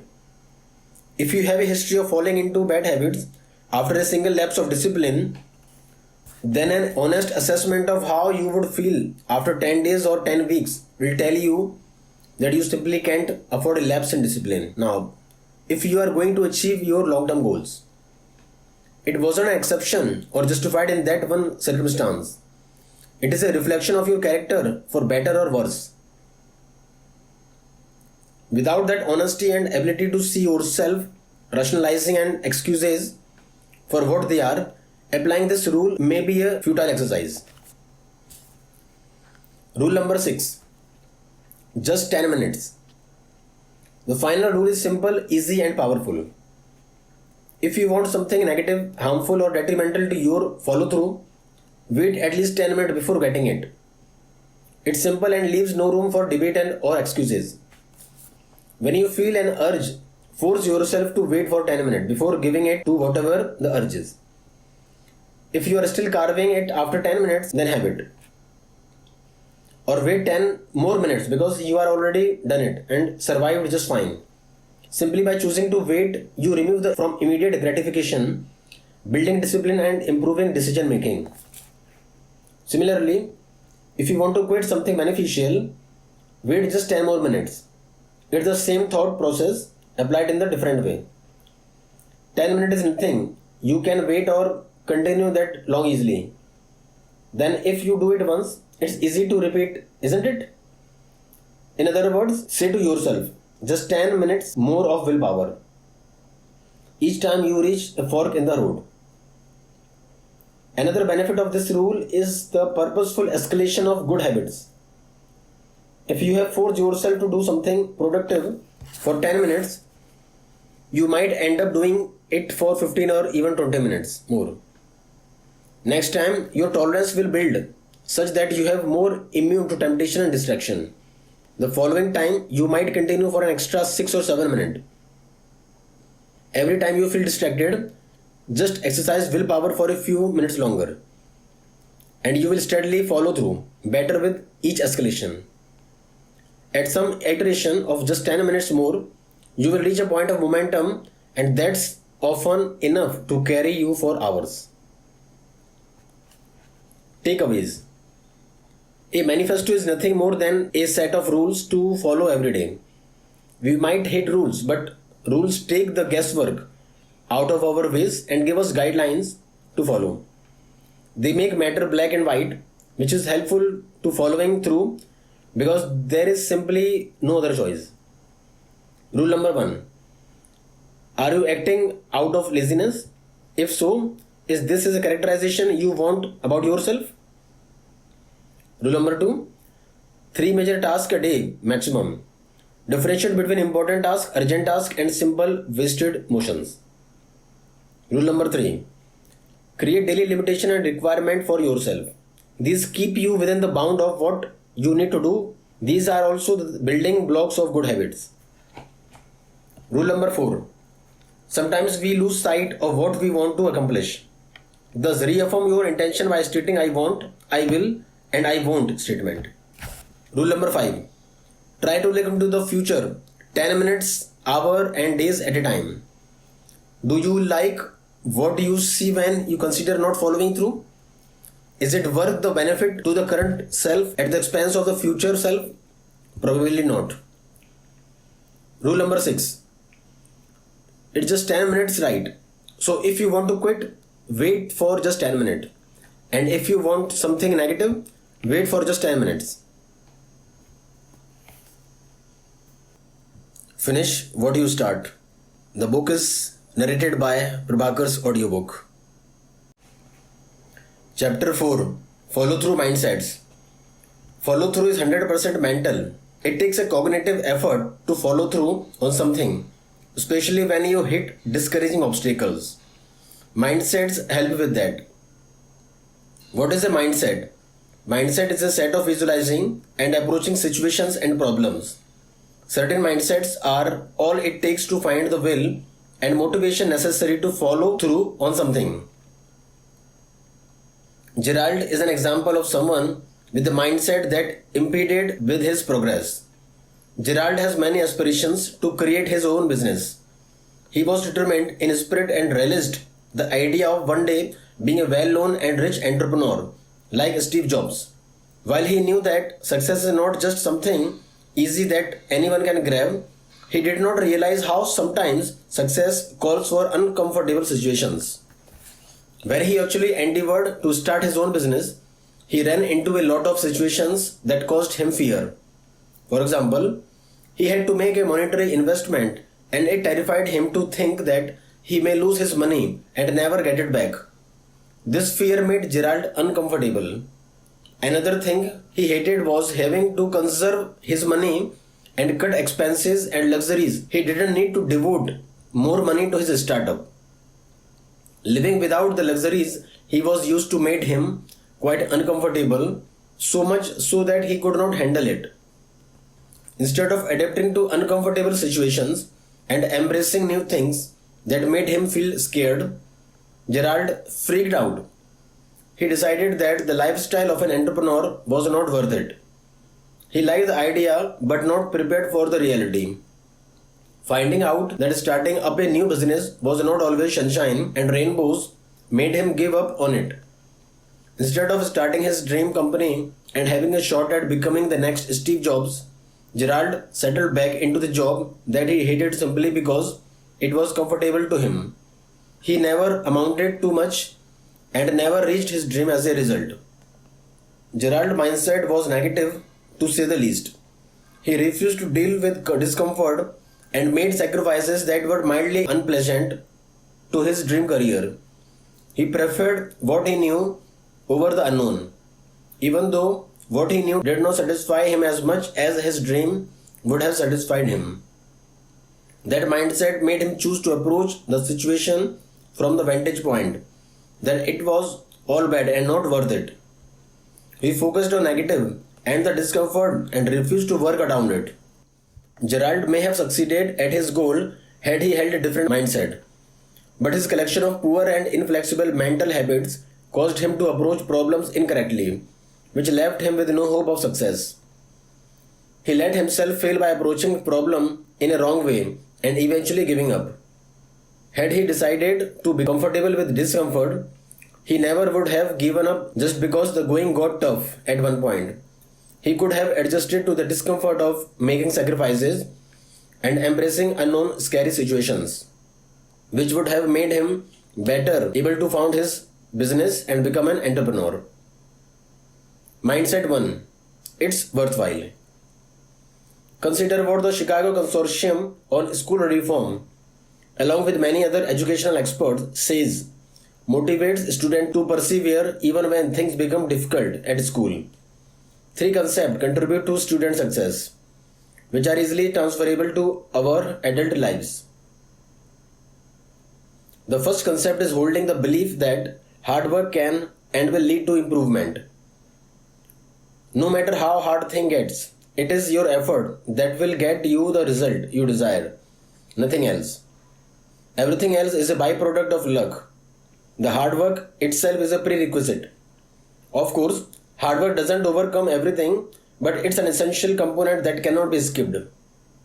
The second concept is having the confidence that you and people like you belong in a school and that school is a place where you can thrive. You can apply this to setting outside of school. The heart of this concept is that you believe in yourself and that you are just as good as anyone else. Basically, you need to believe in your own abilities and trust in your opportunities. Don't create self-limiting beliefs that hold you back, such as thinking that you are not as good as everyone else. This belief is illustrated by feeling that you also have valuable input at a business meeting or that you have just as much ability to handle a client as everyone else in the office. The final concept is holding the belief that what you are doing is valuable and relevant to your goals. Why would you stick with doing something if you don't see how it benefits you or helps you reach your goals? That would undermine entire chapters of this book. Understanding why you do something and how it fits into the big picture of what you are trying to accomplish make it seems most worthwhile. You won't want to quit an endeavor if you think that it is getting you somewhere. You don't even have to see instant gratification and goal completion to know that you are on right track. Assigning value and remembering how each thing you do ties into your main goal is very important because it helps you feel that you are doing well just by working. There is a point to everything you do, so every action you take is valuable. An example of this concept at work would be when you feel that classes you are taking for your degree and are pointless. Remember that they are not pointless because they are leading to your graduation, which in turn will lead you to your dream job in the field of your interest. These concepts can help you because they lend value and meaning to your work, and they can make you feel like you making a difference just by following through and executing. Mindset 2. Comfort with discomfort. Another critical mindset is believing that your journey to success will become supremely uncomfortable at times. So you need to get comfortable with the discomfort. Following through is never comfortable because it asks you to do things that are unfamiliar and new. To be successful and never give up, you need to maximize negative consequences of uncomfortable situations by getting immunized to the sense of discomfort.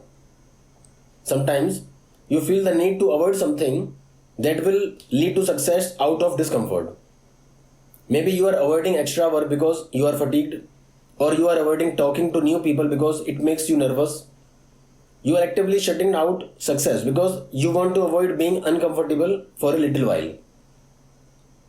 Therefore, overcoming your instinct to avoid things just because they are uncomfortable for you at first is essential. Change is always uncomfortable, but it is key to doing things differently in order to find that magical formula for success. Try doing new things outside of your comfort zone. Do something new. Try to learn new skills. Talk to new people. And practice new actions that you are bad at until you are good at them. Expose yourself to new situations and things. The unfamiliarity will feel very uncomfortable, but you will not be able to expand your horizon and achieve success any other way. The more you do things that make you uncomfortable, the more comfortable you become with discomfort. You will find that discomfort in a temporary emotion that leaves with exposure to the situation. The benefit of being uncomfortable far outweigh the mild and fleeting unpleasantness of the sensation. Your mind will come to stop fearing discomfort so much when it realizes that discomfort does not actually hurt you. Meanwhile, staying comfortable by only doing what you know is a bad idea.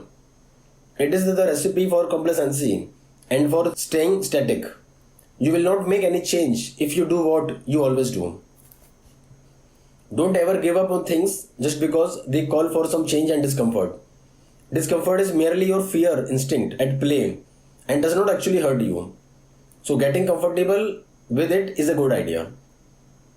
You can choose to stay home and not meet new people, or you can choose to go out and make valuable connection that will help you reach your goal. You can choose to never learn a new language, or you can choose to learn it and find a wealth of new business opportunities, such as fun jobs overseas or well-paying jobs in translation. By repeatedly going to language classes and talking to new people, you will become conditioned to the sensation of going out of your comfort zone. Thus, you will become comfortable with being uncomfortable. Then you will stop fearing discomfort and you will open yourself up to some positive changes in your life.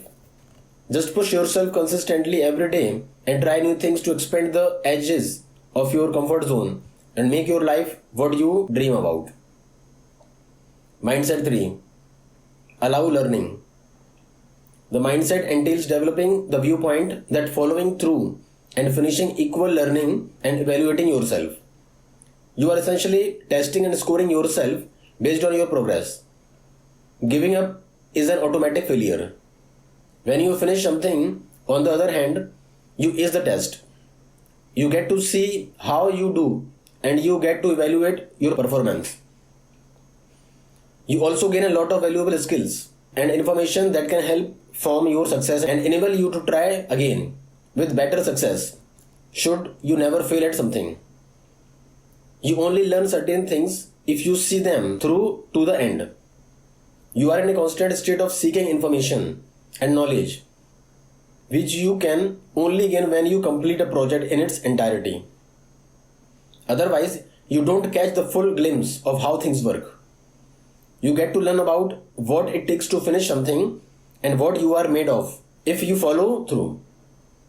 If you don't follow through, then you don't learn all that you have to do and you don't learn anything about yourself except that you are lazy or afraid or a failure. You can also teach yourself what doesn't work. If you follow through to the end and still don't succeed, you can evaluate your work and see where you went wrong. Then you can avoid that issue in the future. You can become successful in the future as a result. View life as a series of lessons that you can use for future betterment. Viewing your endeavors as quest for knowledge can make challenges seems less daunting. It takes the fear out of failing because you still gain knowledge. You will be less inclined to just give up when faced with a challenge because you instead want to learn how to work around the challenges. You want to see what happens when you try something to overcome the challenge. You will gain no knowledge if you don't follow through. So you have to have the mindset to leap over challenges more fearlessly. One way to adopt this mindset is to ask yourself, what can I learn from this? That breeds a thirst for knowledge, which can be infinitely more motivating than any other mindset. You get curious and you want to see what the finish line looks like. You want to gain the experience that your endeavor can give you.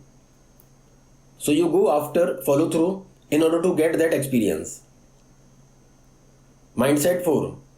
De-stress. Stress affects how much willpower and self-control you have. You may not be consciously aware, but think about how little you can get done if you are stressed out or anxious. Even more so if you are simply tired and fatigued. Your working spirit is more delicate than you might imagine, which is why it's important to protect it and de-stress.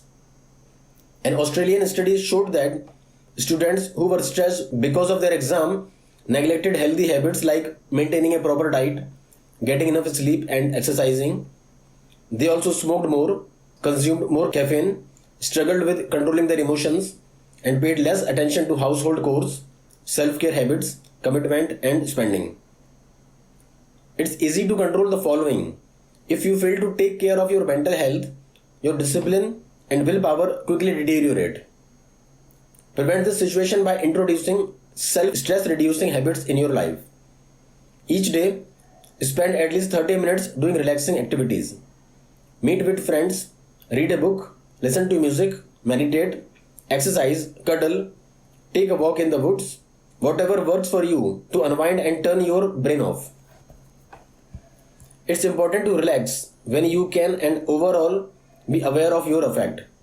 The psychological term for the emotions you are feeling and overall temperament. Why? Because negative affect is among the most important trigger of self-control failure. For instance, depressed people desire specific things that bring immediate gratification and procrastinate or avoid any activity that involves effort. Emotional distress causes a behavior shift toward immediate improvement in the mood, and so people make poor decisions. This gets even worse when you realize that projection bias occurs every day without our conscious knowledge.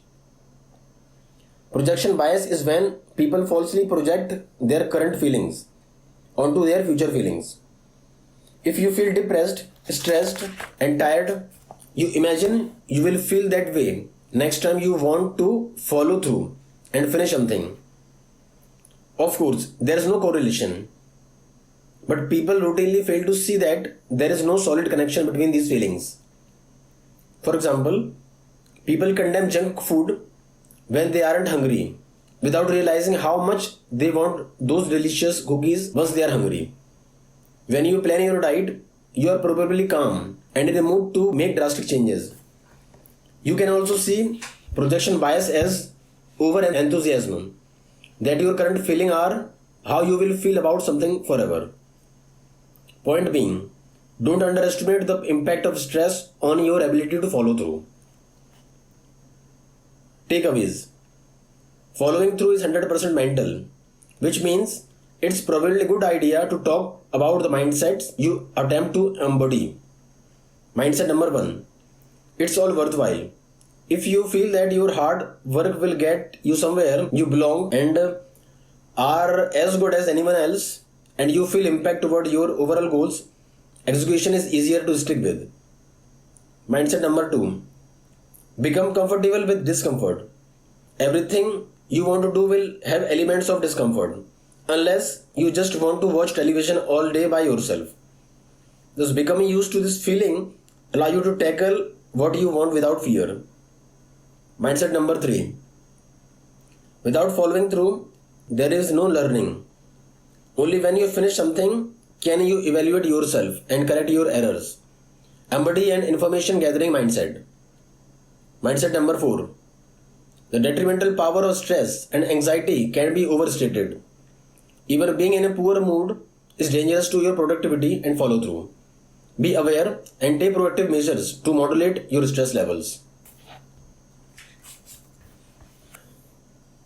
Finish what you start. The book is narrated by Prabhakar's audiobook. Chapter number 5. The Science of Smashing Procrastination. The Science of Smashing Procrastination. Procrastination is a huge problem in following through. How can you approach it effectively? Madeline has a big project coming up soon. Her deadline is in a week. She knows that to meet her deadline, she has to complete 15 pages of code a day. But when it comes down to it, she just cannot work.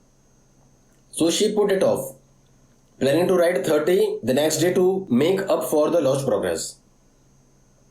Then she can write 30 pages, so she put it off and now has to write 45. Now she is right on her deadline with almost no code written. She pulls an all-nighter and sent in a code that is rife with errors. She ran into many challenges with this code that she did not have time to solve because she has so far behind in work. The client rejects the code and is not happy. Madeline just earned a bad review and no repeat client. Michelle work on the same types of projects. Unlike Madeline, Michelle understands what her challenges may be. She breaks the work into small, manageable parts and writes what she can each day and gives herself rewards for every section she completes. Usually, she is able to meet or exceed the 15 pages minimum quota that she has set for herself. At the end of the week, she compiled the code with no errors and sent it to her client. He is very happy to have a working code that runs well and he pays her well. She earns a 5-star review and the client is eager to hire her again for future projects. The difference between the two coders is that Michelle succeeded at her project by not procrastinating. She used a system called temptation bundling to ensure that she did not put off work. That gave her plenty of time to not only write code but to find and fix bugs. Madeline did not use that foresight, so she produced poor quality work. You can see procrastination leads to intense stress, frustration, and sloppy work. But why is such a common issue in people trying to meet deadlines and get quality work done? There are some answers regarding this covered by behavior psychology. The main component in this self-defeating habit is called time inconsistency. This is where humans value immediate and instant gratification over long-term rewards. Imagine that you have two selves, a present self and a future self. In this instance, you are completely different people with different desires that do not overlap. When you make goals, you are making plan for your future self. It is easy to plan for what is best for your future self. You can see what you need in the future and you want that, so you plan for it. Researchers have found that envisioning your ideal future reality is quite easy. However, only your present self can actually do anything. To make goals reality, your present self has to take action. Sadly, your present self wants reward now. It does not want to wait to see the result in the future. So it wants to avoid having to do work for long-term goals, favoring instead tasks that reward you right now.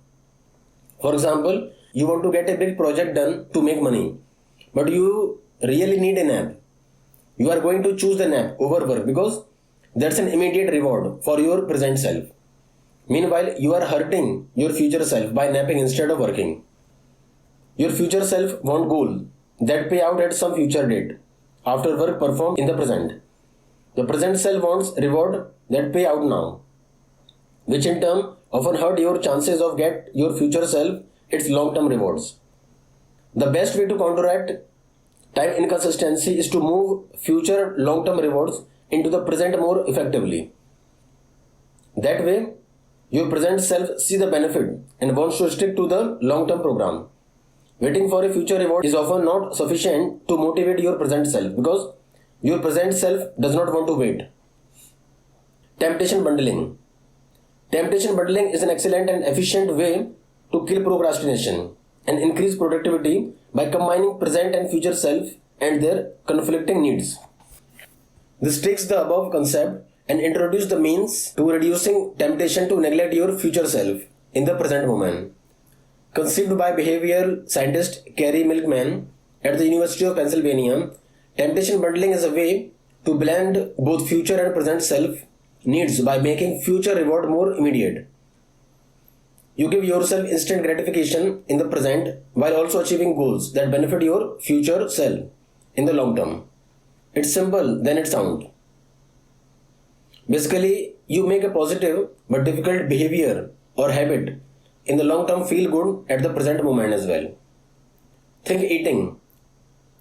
Think eating Twinkies while working out while watching TV, or doing work while soaking your feet in a salt bath. These are examples of ways to make the long term feel good at the present moment.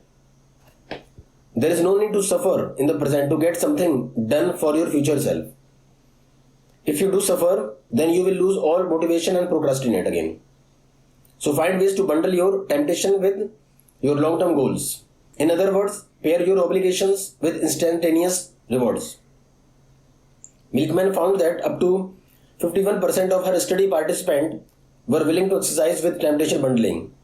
It is an effective means to correct procrastination habits.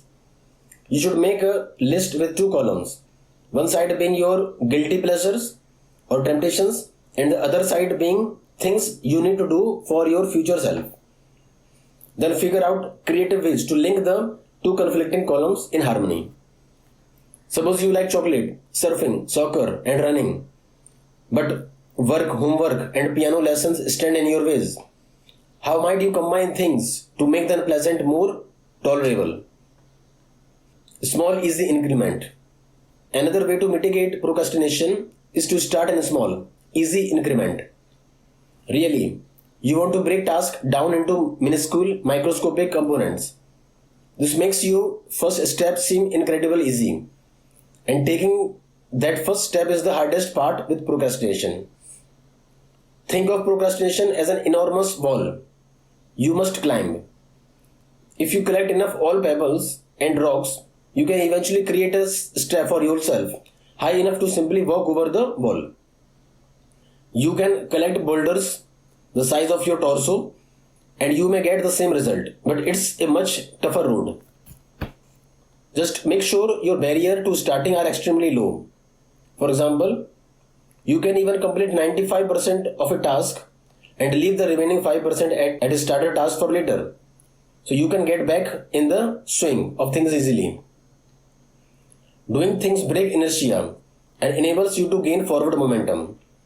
You gain momentum by working and creating work that you can build upon later as you tackle the harder part of the project.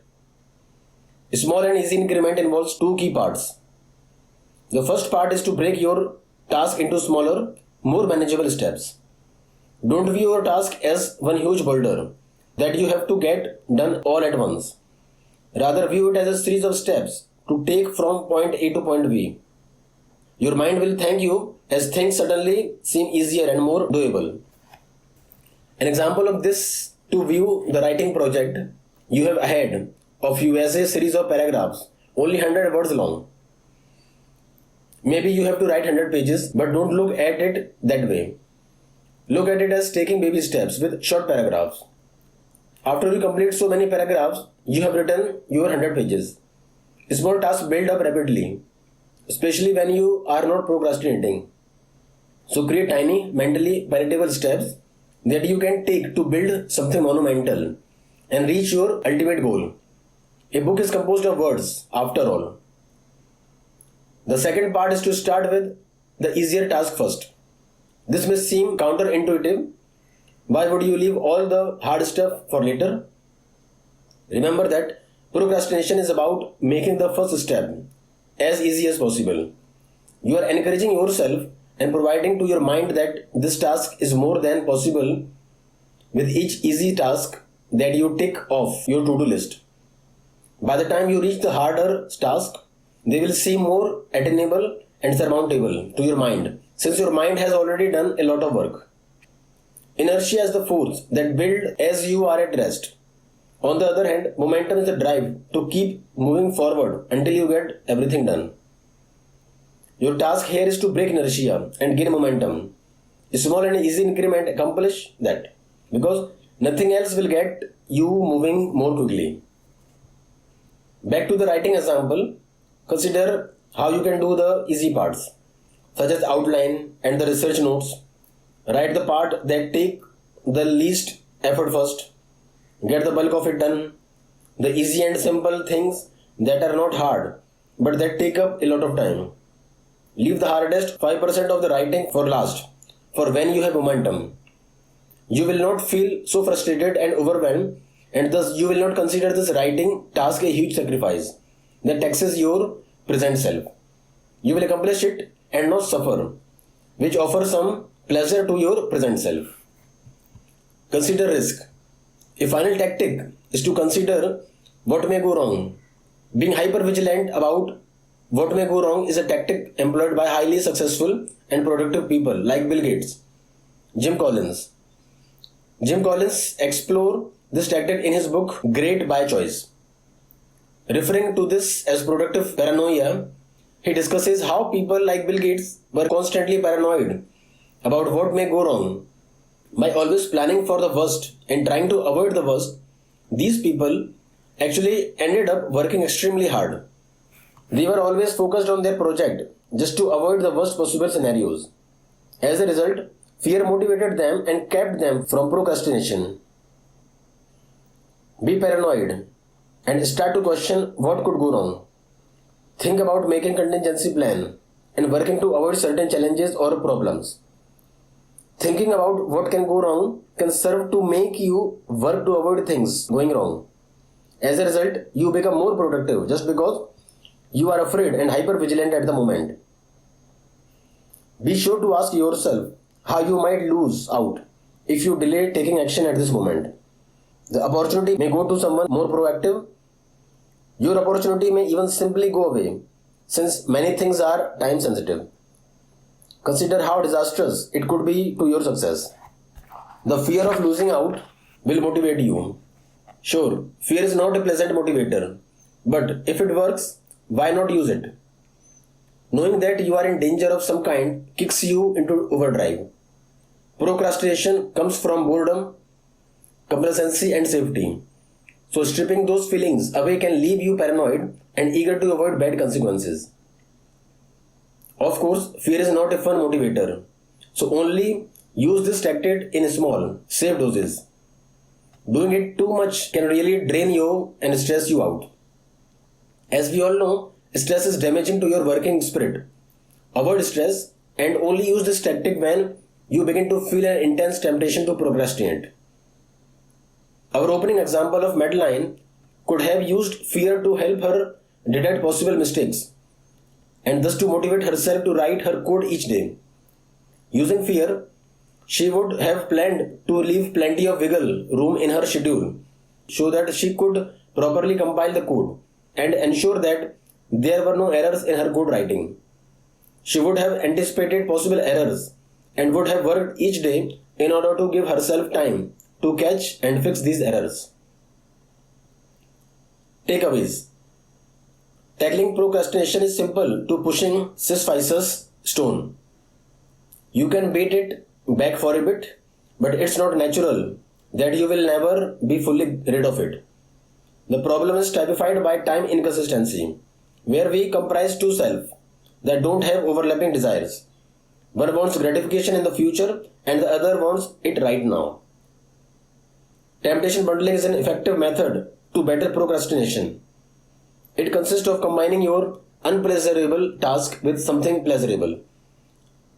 This mainly works because you are battling time inconsistency and giving both selves what they want simultaneously. Start easy and small. Procrastination thrives off inertia. Therefore, you need to make the path to motion and action as easy as possible. Then eventually you can gain momentum, the opposite of inertia. Sometimes beating procrastination just require a kick in the pants. Fear and productive paranoia can do that to you.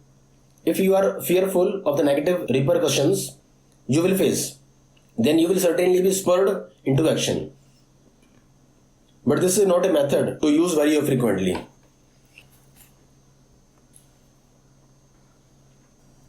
Finish what you start. The book is narrated by Prabhakar's audiobook. Chapter number 6. No Distraction Zone. This is a chapter that promises to kick your butt. It's full of powerful techniques to ensure that you jump into action. Without further ado, let's jump into it. Minimizing distractions. We often think that distractions can be our friend when it comes to self-discipline. If willpower is finite, then we reason that it's better to take a break, refresh, and distract ourselves from urges and temptations. Baba Shiv, a professor of marketing at Stanford Graduate School of Business, conducted a study that illustrated how distraction affects us.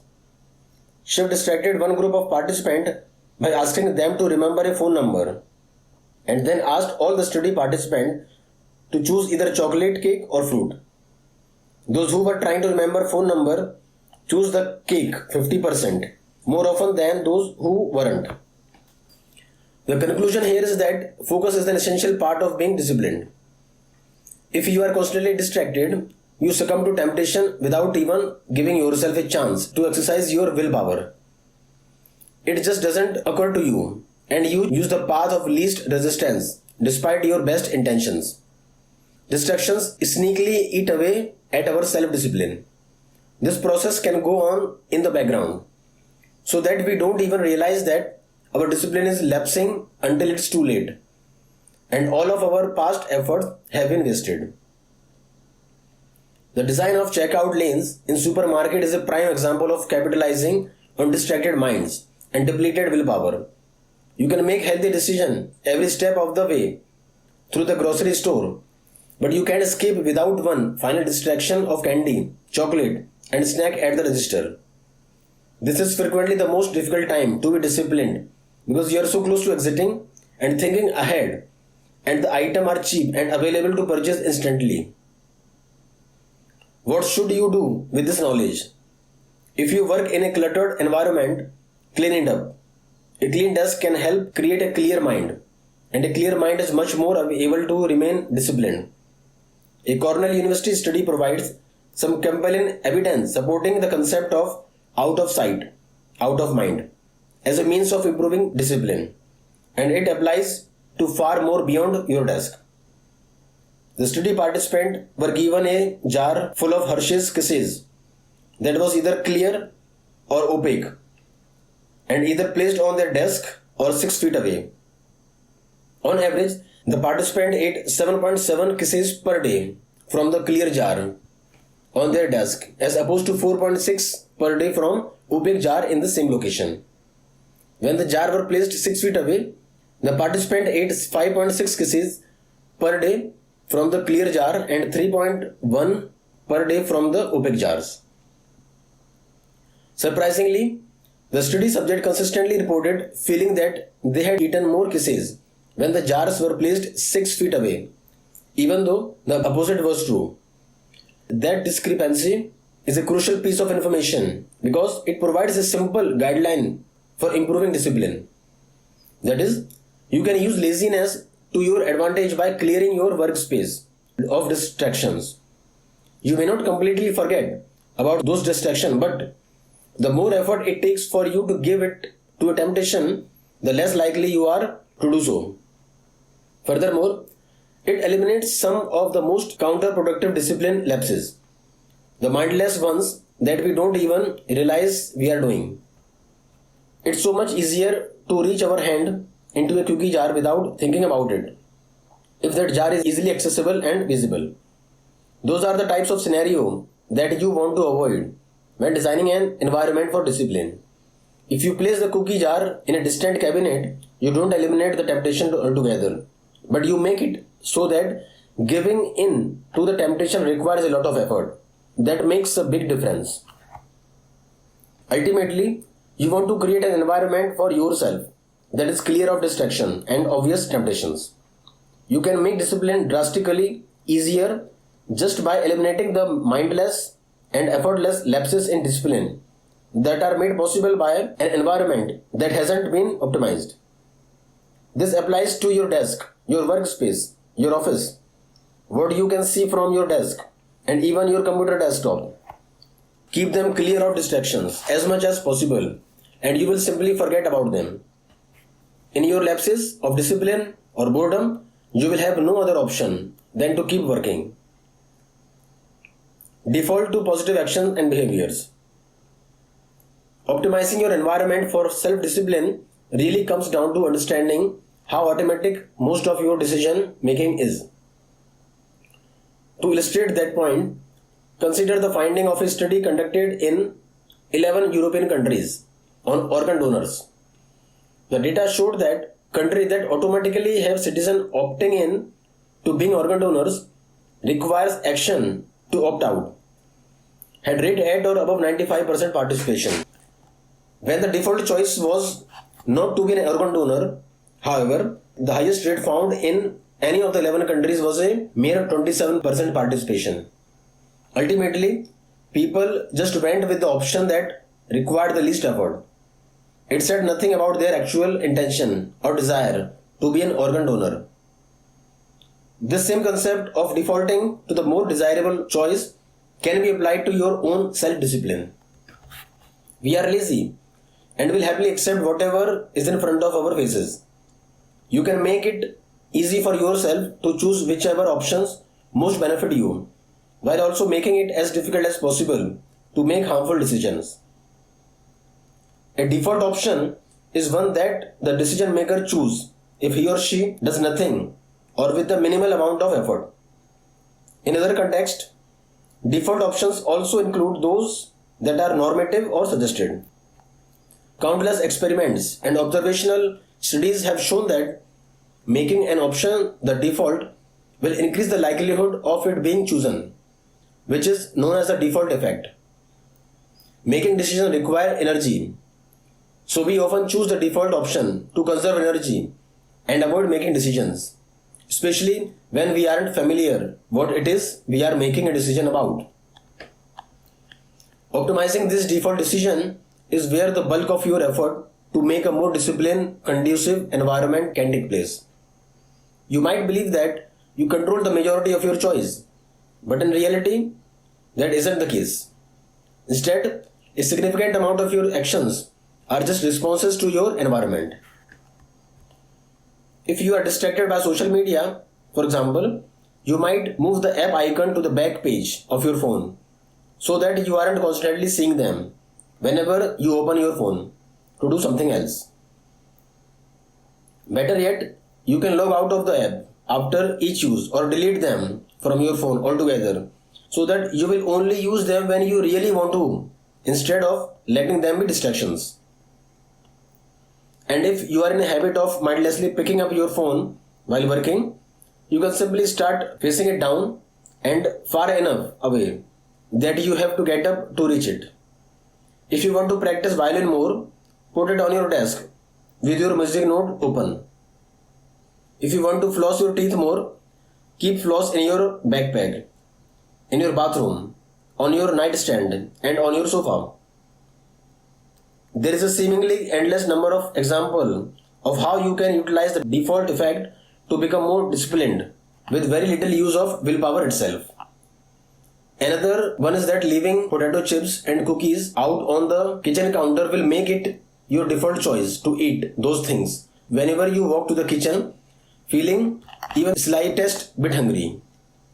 Hiding those or not buying them at all and replacing those unhealthy snacks with fruit will instantly increase the probability that you eat fruit and that you avoid the unhealthy snacks. Want to exercise more? Put a pull-up bar in your bathroom doorway. If you keep sugary sodas and juices in your refrigerator, you are making it your default choice to drink them whenever you are thirsty and open the fridge. But if you don't have those options, you increase the likelihood that you will drink water or making tea. Want to take more vitamins? Put them right next to your toothbrush for easier access. If you sit in office all day and have back problem, then you might benefit from standing and walking frequently throughout the day. You can make this your default option by drinking water constantly so that you are forced to get up to go to the bathroom.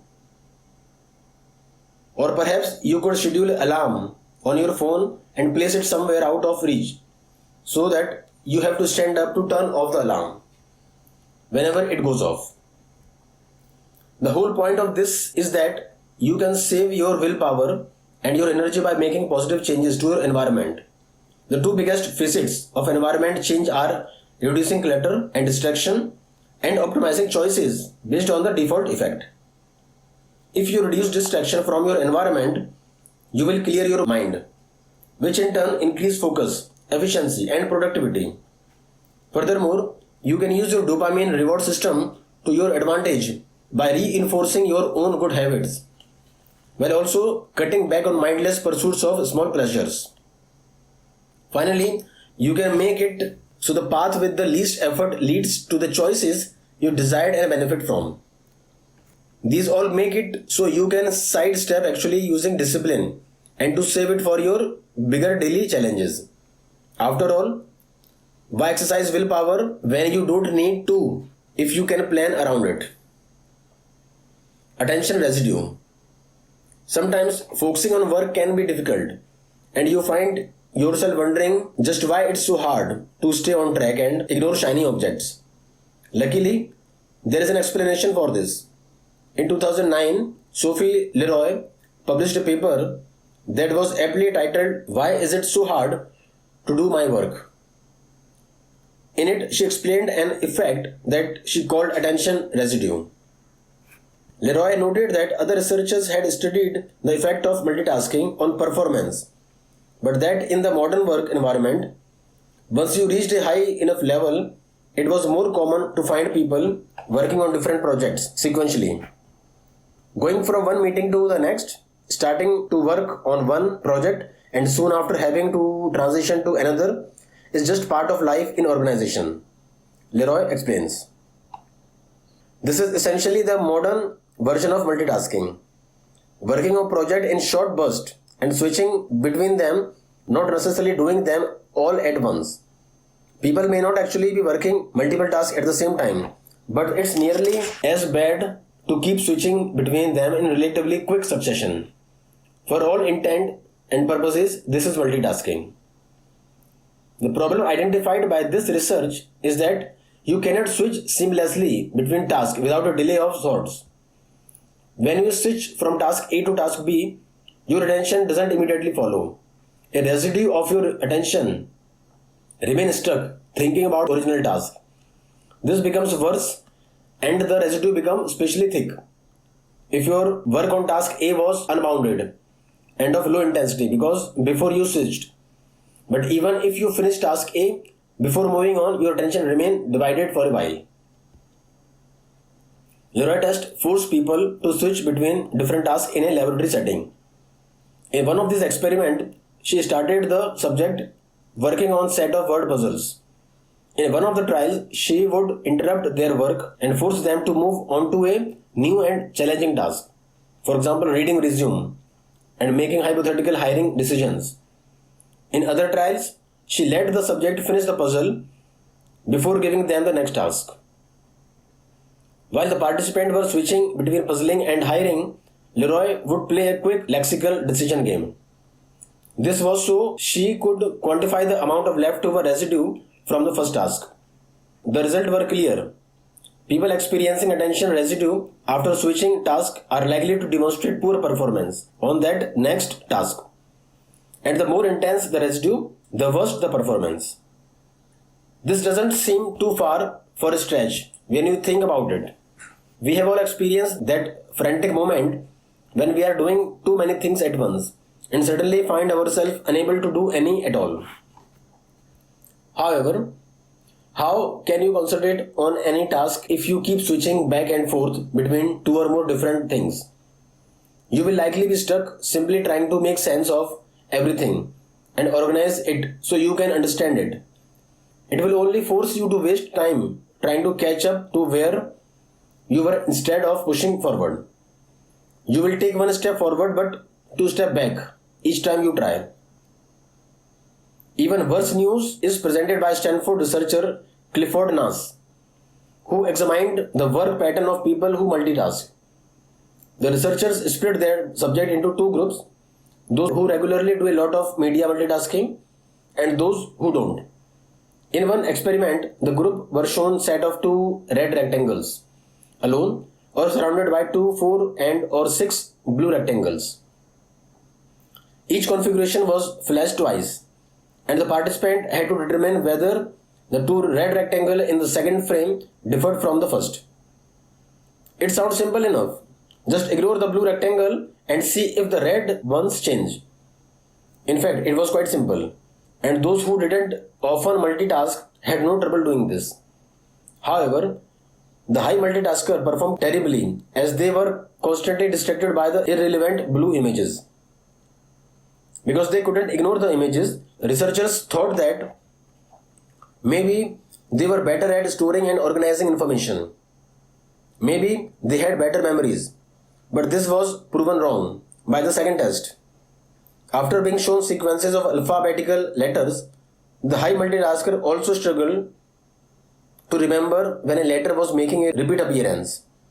And again, the low multitasker performed better overall. It was as simple as that. The low multitasker did great. The high multitasker were doing worse and worse and worse the further they went along because they kept seeing more letters and had difficulty keeping them sorted in their brains. Multitasking may seem to be the best of both worlds. But when you are in a situation where there are multiple sources of information coming from the external world or emerging from memory, you cannot filter out what is irrelevant to your current goal. This failure to filter means that you are slowed down by irrelevant information and will struggle to complete a task without distraction. It is much easier to focus on one thing at once without letting distraction interfere than to try doing several things at a time and overload your brain with too much information. From both of these experiments, it's clear that multitasking isn't really good for anything, and all attempts to do it don't really lead anywhere. By multitasking, you are neither able to adequately focus on each new task nor able to ignore any distraction that are hindering your work. There might be certain ways you can multitask 1% more effectively, but the overall lesson is just to avoid it whenever possible. Single tasking. What does that mean? To set everything else aside and not check, monitor, email, or even touch anything other than the current task you are working on it. It requires singular focus and the purposeful and intentional turning out of everything else. Switch off your notification and ditch your phone. If you must be on your computer, keep only one browser tab or program open at a time. A lot of single tasking is about consciously avoiding distraction that seems small and harmless. The biggest culprit, your electronic device. Ignore them when possible. Keep a spotless workspace so your eyes don't catch something that needs cleaning or adjusting. Ideally, single tasking reduces your environment to a blank room because you shouldn't pay attention to any of it. Attempt to pay attention to when you are being interrupted or subtly switching between tasks. This is hard to catch at first and will require you to make conscious decision against your instinct. Something that will be very hard to resist is to tell yourself that you must act on something immediately and interrupt your task. This is rarely the truth. To combat this urge, set aside a post-it to take notes for ideas that will inevitably spring to mind regarding other tasks. Just jot them down quickly and return to your primary goal. You can address them after your single tasking period is over. and you won't have forgotten anything. It will keep your mind focused on one single task while setting you up for future success. Batching. Henry Ford, founder of Ford Motor Company, got a lot of things right about cars. He had a few competitors back in the day, but the primary reason those names are essentially lost in time is because he was also the creator of the factory assembly line. On a factory assembly line, workers focus on one task at a time. This streamlines the progress and makes it far more efficient than having a single worker see a project through from start to finish, switching between multiple tasks. It allows workers to specialize and perfect their task, which cut down on errors and make troubleshooting far easier. Workers didn't have to do more thinking than was necessary for the task at hand. For Ford, this made his automobile production efficiency and output shoot through the roof and dominate his market. That, in essence, is what batching can do for you. Batching is when you group similar tasks together to complete them all at once. Ford assembly line was essentially 100% batching because his workers only performed one task incredibly efficiently. Let's take a common example we can all relate to: checking emails. If you have any sort of online presence or job, you probably have a steady stream of email trickling into your inbox every hour. Constantly checking your email is an extremely inefficient use of time. It interrupts other tasks and scatters your focus whenever you receive a new email.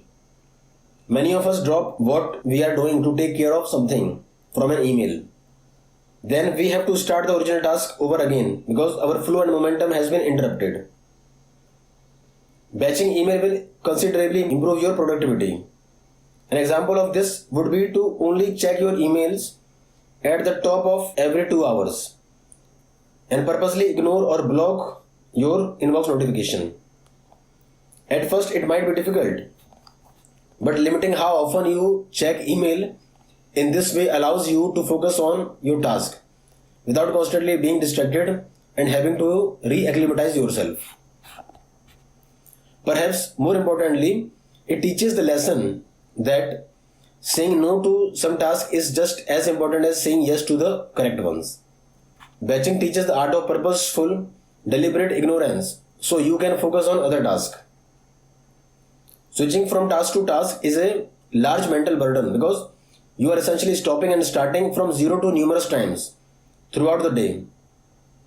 It takes a lot of energy to switching from task to task, and there are usually a few wasted minutes just regaining your bearing and figuring out the status of the task you were working on. Of course, these kind of interruptions only lead to achieving just a portion of what you can and want to.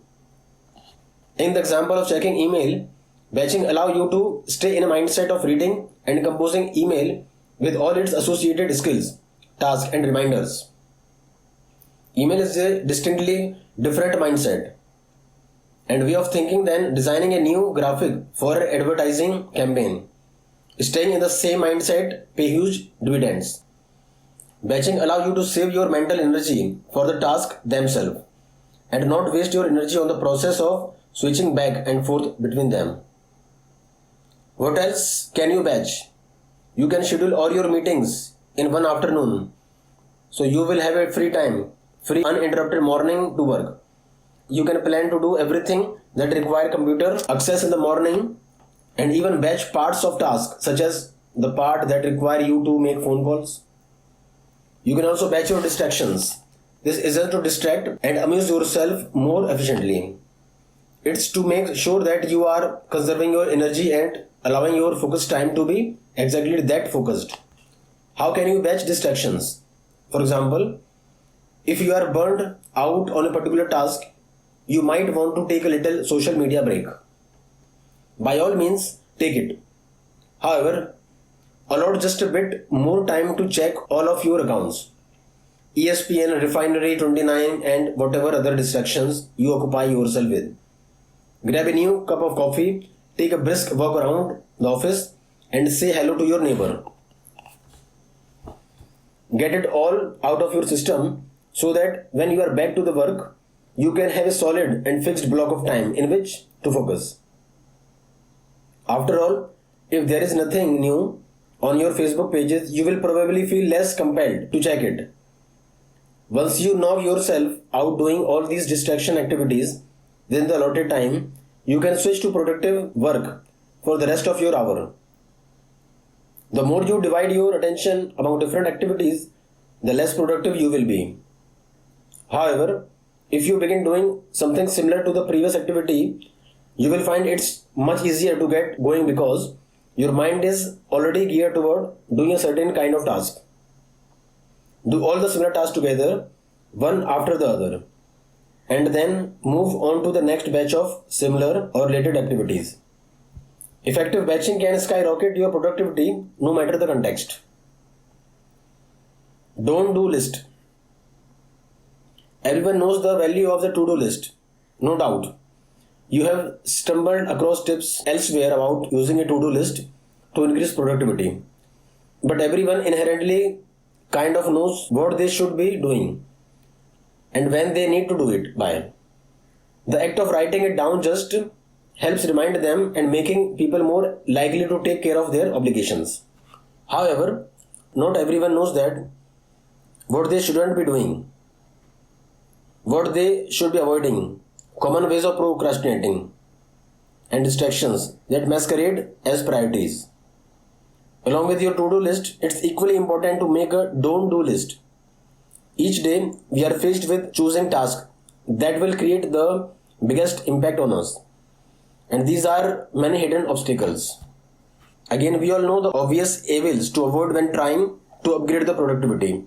Social media, goofing around on the internet, watching the Bachelorette while trying to work, and learning to play the flute while reading. It can be difficult to distinguish between real task and useless task, and it will require some hard thought on your part. You need to fill your don't-do list with tasks that will sneakily steal your time and undermine your goals. These are tasks that are insignificant or a poor use of your time. Tasks that doesn't help your bottom line, and tasks that have a serious case of diminishing return the more you work on them. If you continuously devote and waste your time on these tasks, your real priorities and goals will be left untouched. Here's what you should put on your don't-do list. First, include tasks that are priorities but which you can't do anything about at present because of external circumstances. These are tasks that are important in one or many other ways but are waiting for feedback from others or for underlying tasks to be completed first. Put these on your don't-do list because there is literally nothing you can do about them. Don't spend your mental energy thinking about them. They will still be there when you hear back from those other people. Just note that you are waiting to hear back from someone else and note the date on which you need to follow up if you haven't heard back. Then push these out of your mind because they are on someone else's to-do list, not yours. You can also temporarily pushing things off your plate by clarifying and asking questions from other people. This puts the ball in their court to act, and you can take that time to catch up on other matters. Second, include tasks that don't add value as far as your projects are concerned. There are many small items that don't add to your bottom line, and often these are trivial things. Busy work. You can delegate these, assign them to someone else, or even outsource them. Do they really require your time? In other words, are they worth your time? And will anyone but you notice the difference if you delegate the task to someone else? By taking on the task yourself, you are getting stuck in the weeds of perfectionism. You should spend your time on big tasks that move entire project forward and not myopic, trivial tasks.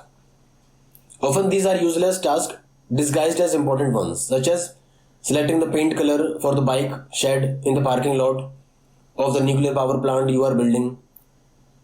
Third, include tasks that are current and ongoing but will not benefit from additional work or attention paid to them. These tasks suffer from diminishing returns. These tasks are just a waste of energy because while they can still stand to improve, and is there anything that can't? The amount of likely improvement will either not make a difference in the overall outcome or success, or will take a disproportionate amount of time and effort without making a significant dent.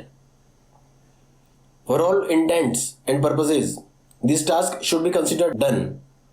Don't waste your time on them, and don't fall into the trap of considering them a priority. Once you finish everything else on your plate, you can then evaluate how much time you want to devote to polishing something. If the task is at 90% of the quality you need it to be, it's time to look around at what else needs your attention to bring it from 0 to 90%. In other words, it's far more helpful to have 3 tasks completed at 80% quality versus 1 task at 100% quality. When you consciously avoid the item on your don't-do list, you keep yourself focused and streamlined. You don't waste energy or time, and your daily output will increase dramatically. Why read a menu with food items that are unavailable? It's pointless and waste your mental bandwidth. By preventing your energy level from being dissipated by those things that suck up your time and attention, a don't-do list enables you to focus on what matters. This can have a dramatic and positive impact on your daily routine. The fewer things that tug on your mind, the better. The kind of stress and anxiety they create only hampers or kills productivity. A don't-do list will free your mind from the burden of having too many things in the air, because it eliminates most of these things. You can focus on the balls that are still in flight and steadily knocking each one out. The 40-70 rule. Many of us are reluctant to take actions outside the comfort zone unless we have all the pertinent information we need. But can you actually have too much information to start something new? Former US Secretary of State Colin Powell has a rule of thumb about making decision and coming to a point of action. He says that anytime you face a hand choice, you should have no less than 40% and no more than 70% of the information you need to make that decision. In that range, you have enough information to make an informed choice, but not too much intelligence that you lose your resolve and simply stay abreast of the situation. If you have less than 40% of information you need, you are essentially shooting from the hip. You don't know quite enough to move forward and will probably make a lot of mistakes. Conversely, if you chase down more data until you get more than 70% of what you need, you could get overwhelmed and uncertain. The opportunity may have passed you by and someone else may have beaten you by starting already. But in that sweet spot between 40% and 70%, you have enough to go on and let your intuitive guide your decision. In the context of Colin Powell, this is where effective leaders are made. The one who have instinct that point in the right direction are who will lead their organization to success. For our purpose of breaking out of the comfort zone, we can replace the word information with other motivators. 40 to 70% of experience, 40 to 70% reading or learning, 40 to 70% confidence, or 40 to 70% of planning. While we are completing the task, we will also be doing analyzing and planning on the fly. So this range of certainty helps us tend towards action. When you try to achieve more than 70% information or confidence or experience, etc., your lack of speed can result in many negative consequences. It can also destroy your momentum or stem your interest, effectively meaning nothing going to happen. There is a high likelihood of gaining nothing further from surpassing this threshold. For example, let's say you are opening up a cocktail bar, which involves buying a lot of different types of liquor. You can't expect to have absolutely all the liquor you will ever need ready when the doors are ready to open. But on the other hand, it doesn't make sense to commence operations without enough for customer to choose from. So you would wait until you have at least 40% of available inventory. You have got the momentum established. You figure if you could get more than half of what you need, you will be in the pretty good shape to open. You might not be able to make absolutely every drink in the bartender's guide, but you will have enough on hand to cover the staple drinks with a couple of variations. If you have around 50 to 60% inventory, you are probably ready. When the remaining inventory arrives, you will already be in action and can just incorporate that new inventory into your offerings. If you waited until you had 70% or more inventory, you could find yourself stuck in neutral for longer than you wanted to be. This way of thinking leads to more action than not. Waiting until you have 40% of what you need to make a move isn't a sedentary state inside your comfort zone. You are actively planning what you need to do to get out, which is just fine. Making the execution before you are 100% or even halfway ready to do so is the kind of gutsy move that shakes you out of the indifference of your comfort zone in a hurry. Do nothing.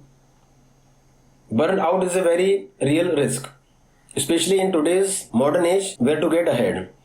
It seems that everyone has a full-time job as well as a side career that is aimed toward making money. We seek to intentionally pack our days full of activities, professionalism, and social as a means of squeezing the last drop of enjoyment out of our life. Ironically, this quickly becomes counterproductive because very few people have a battery that can function like that. As for what that means for your brain, any shred of fatigue will affect your clarity of thoughts. That part should be clear from our own lives. We function better on 8 hours of sleep versus 3 hours of sleep. However, what's less obvious is that disconnecting from everything and doing nothing at all can actually be a path to greater creativity and insight. There's a reason that when we are zoning out at the gym or in the shower, we seem to have a disproportionate number of epiphanies. Thought is inherently fatiguing and taxing on the mind and is characterized by the brain emitting beta waves. Relaxing and lack of attention, on the other hand, is characterized by the brain emitting alpha waves. What are alpha waves also associated with? Studies by Professor Flavio Froelich, among others, have shown that alpha waves are associated with enhanced memory, creative thinking, and overall increased happiness.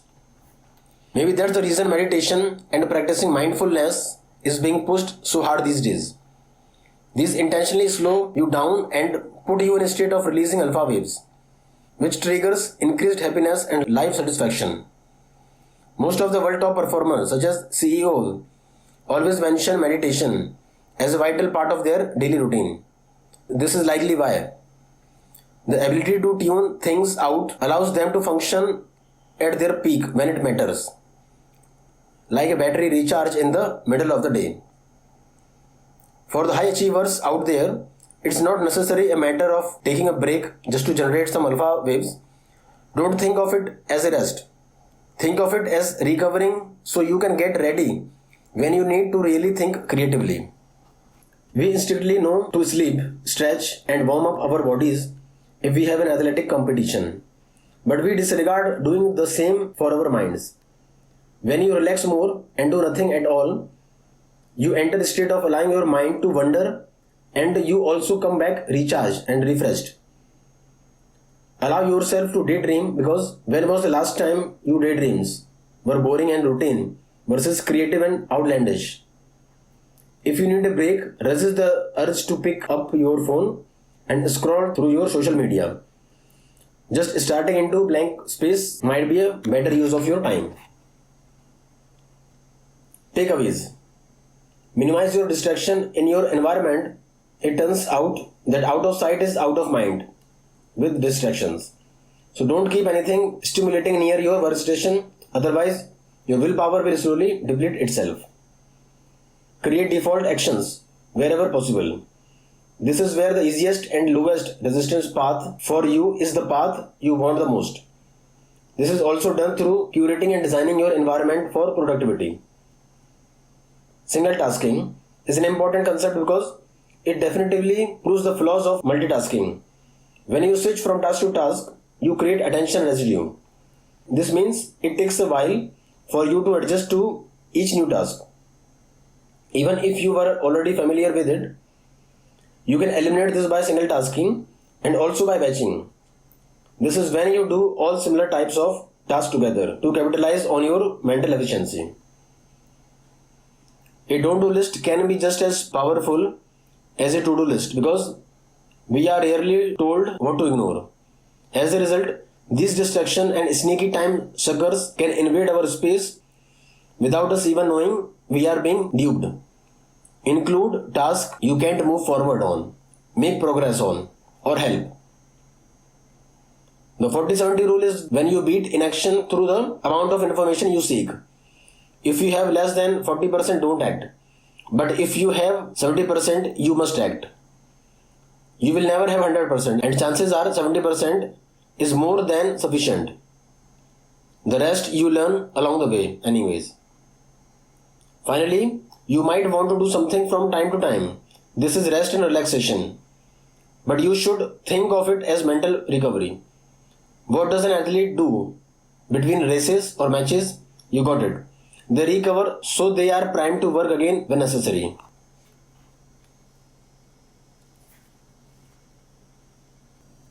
Finish what you start. The book is narrated by Prabhakar's audiobook. Chapter number 7. Deadly Pitfalls. In the science of following through, there are massive number of mistakes that you could make that could cost you your progress. Take Michael. Michael is only human. Thus he made some mistakes with follow through when he first started his at-home freelance consulting firm. He believed that starting his business would change his life overnight. He imagined getting tons of money for minimal work, having plenty of time to play with his newborn daughter, and even having time to hit the gym and get pumped like Arnold. He imagined that having no boss would free up a lot of his time.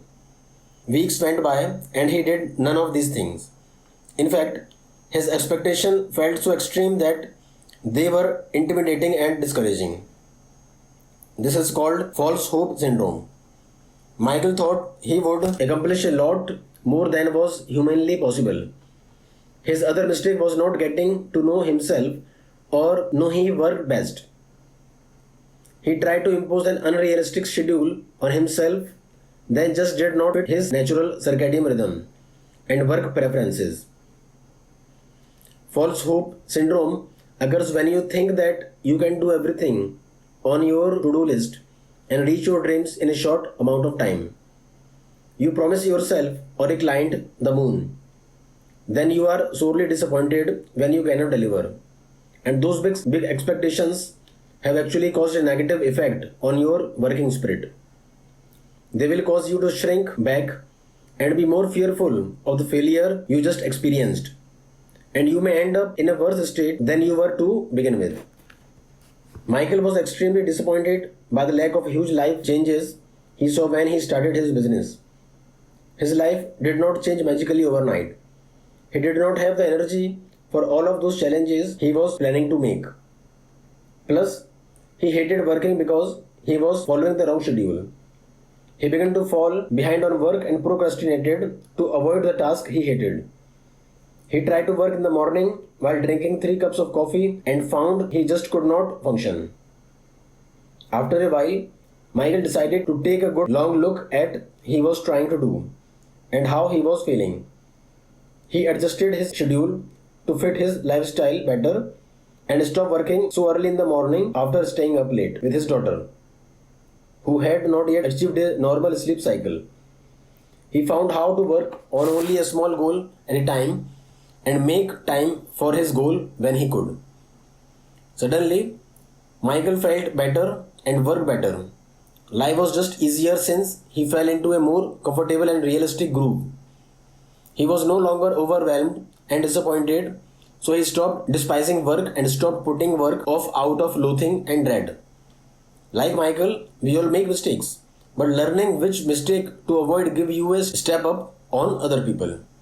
You will not tax your self-discipline or willpower for follow-through if you avoid these common mistakes. False hope syndrome. False hope syndrome, what Michael had, is where you overestimate the changes you can make.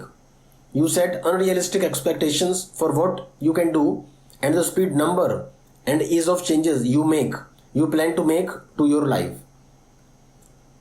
When you can't accomplish everything on your list of desired changes, the disappointment at failing to reach your lofty goals can cause a powerful backlash that will cause you to give up hope.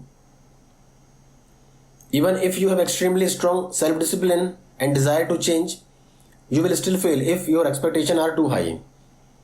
Plan for proper expectation and figure out what you can actually hope for. Learn to let go of hopes that are not realistic and to set expectations that you can actually obtain or meet. One example of this might be thinking that you will magically be able to change your work habits, even though you have tried doing the same thing in the past and have failed. You expect to get more done with distraction and multitasking, for example, even though that has never worked for you before. Changing your approach and not believing that you can initiate too much self change is essentially to being successful because it prevents you from falling into old habits and disappointing yourself. False hope is about controlling your expectation. When you can have realistic hope that you can actually achieve, it leads to confidence, competence, and skill.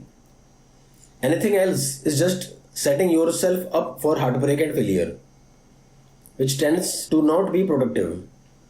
Don't shoot too high, but don't shoot too low. Otherwise, you will grow bored and unengaged. Just remember that your goals can be entirely different from your expectation. Overthinking. Another mistake is overthinking. Overthinking is a silent killer of joy, hope, and reason. It kills your positivity and desire to carry on. Overthinking makes you inevitably fixate on the negative because they are so easy to find and your entire worldview eventually goes dark. Overthinking is too tempting because it mimics progress. After all, you are thinking about work and doing research to make the best decision. You think you are being proactive, but really, overthinking is silently hampering you, and this is another classic instance of mere motion versus actual action. You are considering too many options and doing too much research, which limits your ability to make an executive decision. You are wasting time doing research and forming plans for things that don't really matter, instead of putting one foot in front of other and eliminating your inertia. By overthinking, you freeze your ability to make decisions. Psychologist Barry Schwartz suggests that a paradox of choice is harmful because it leads to analysis paralysis. His study revealed that having more choices actually causes people to develop anxiety and develop making a choice in the long run. Having fewer present choices help people narrow it down. Consider when you go to Walmart and you are faced with buying a new printer for your office. Standing before the wall of printer, all of which have great advertising and boast so many features, you find yourself overwhelmed and can't settle on a printer. You panic and buy the first one you see. You wasted so much time deliberating over printers and you ended up not even using the information you gained because you got overwhelmed. You can decide because it's too much information overloading your brain in the process. This is a perfect illustration of how overthinking kills your ability to follow through and execute. So instead of overthinking, place on emphasis on action. Most actions are reversible. You can easily return a printer to Walmart, but you will have gained no further information if you stay in the same place without moving. You can also limit the choices you give yourself and the criteria you use. Focus on the main thing you need and find the easiest choice that meets your need. Don't fall down the rabbit hole of researching obsessively on Google or comparing thousands of brands to find the best one. Chances are 90% of them do exactly what you want with little variance. So what are you actually deliberating over? If you are tasked with buying the new office printer, determine 3 traits your office needs in a printer. Then go to Walmart and buy the cheapest one that meets all of those needs. Put blinder on such that nothing else matters.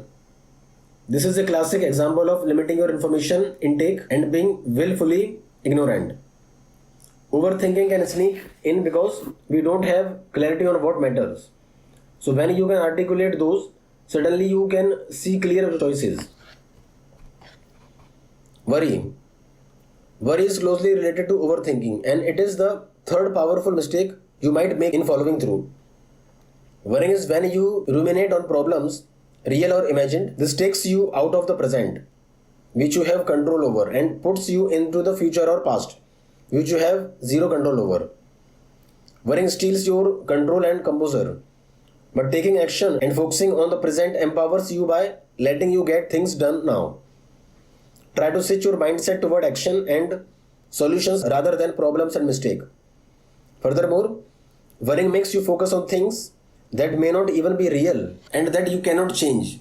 And you devote time and energy to these worries that you could be spending on work instead. It's a tall task to tell someone to worry less. But the truth is, worrying causes you to suffer twice.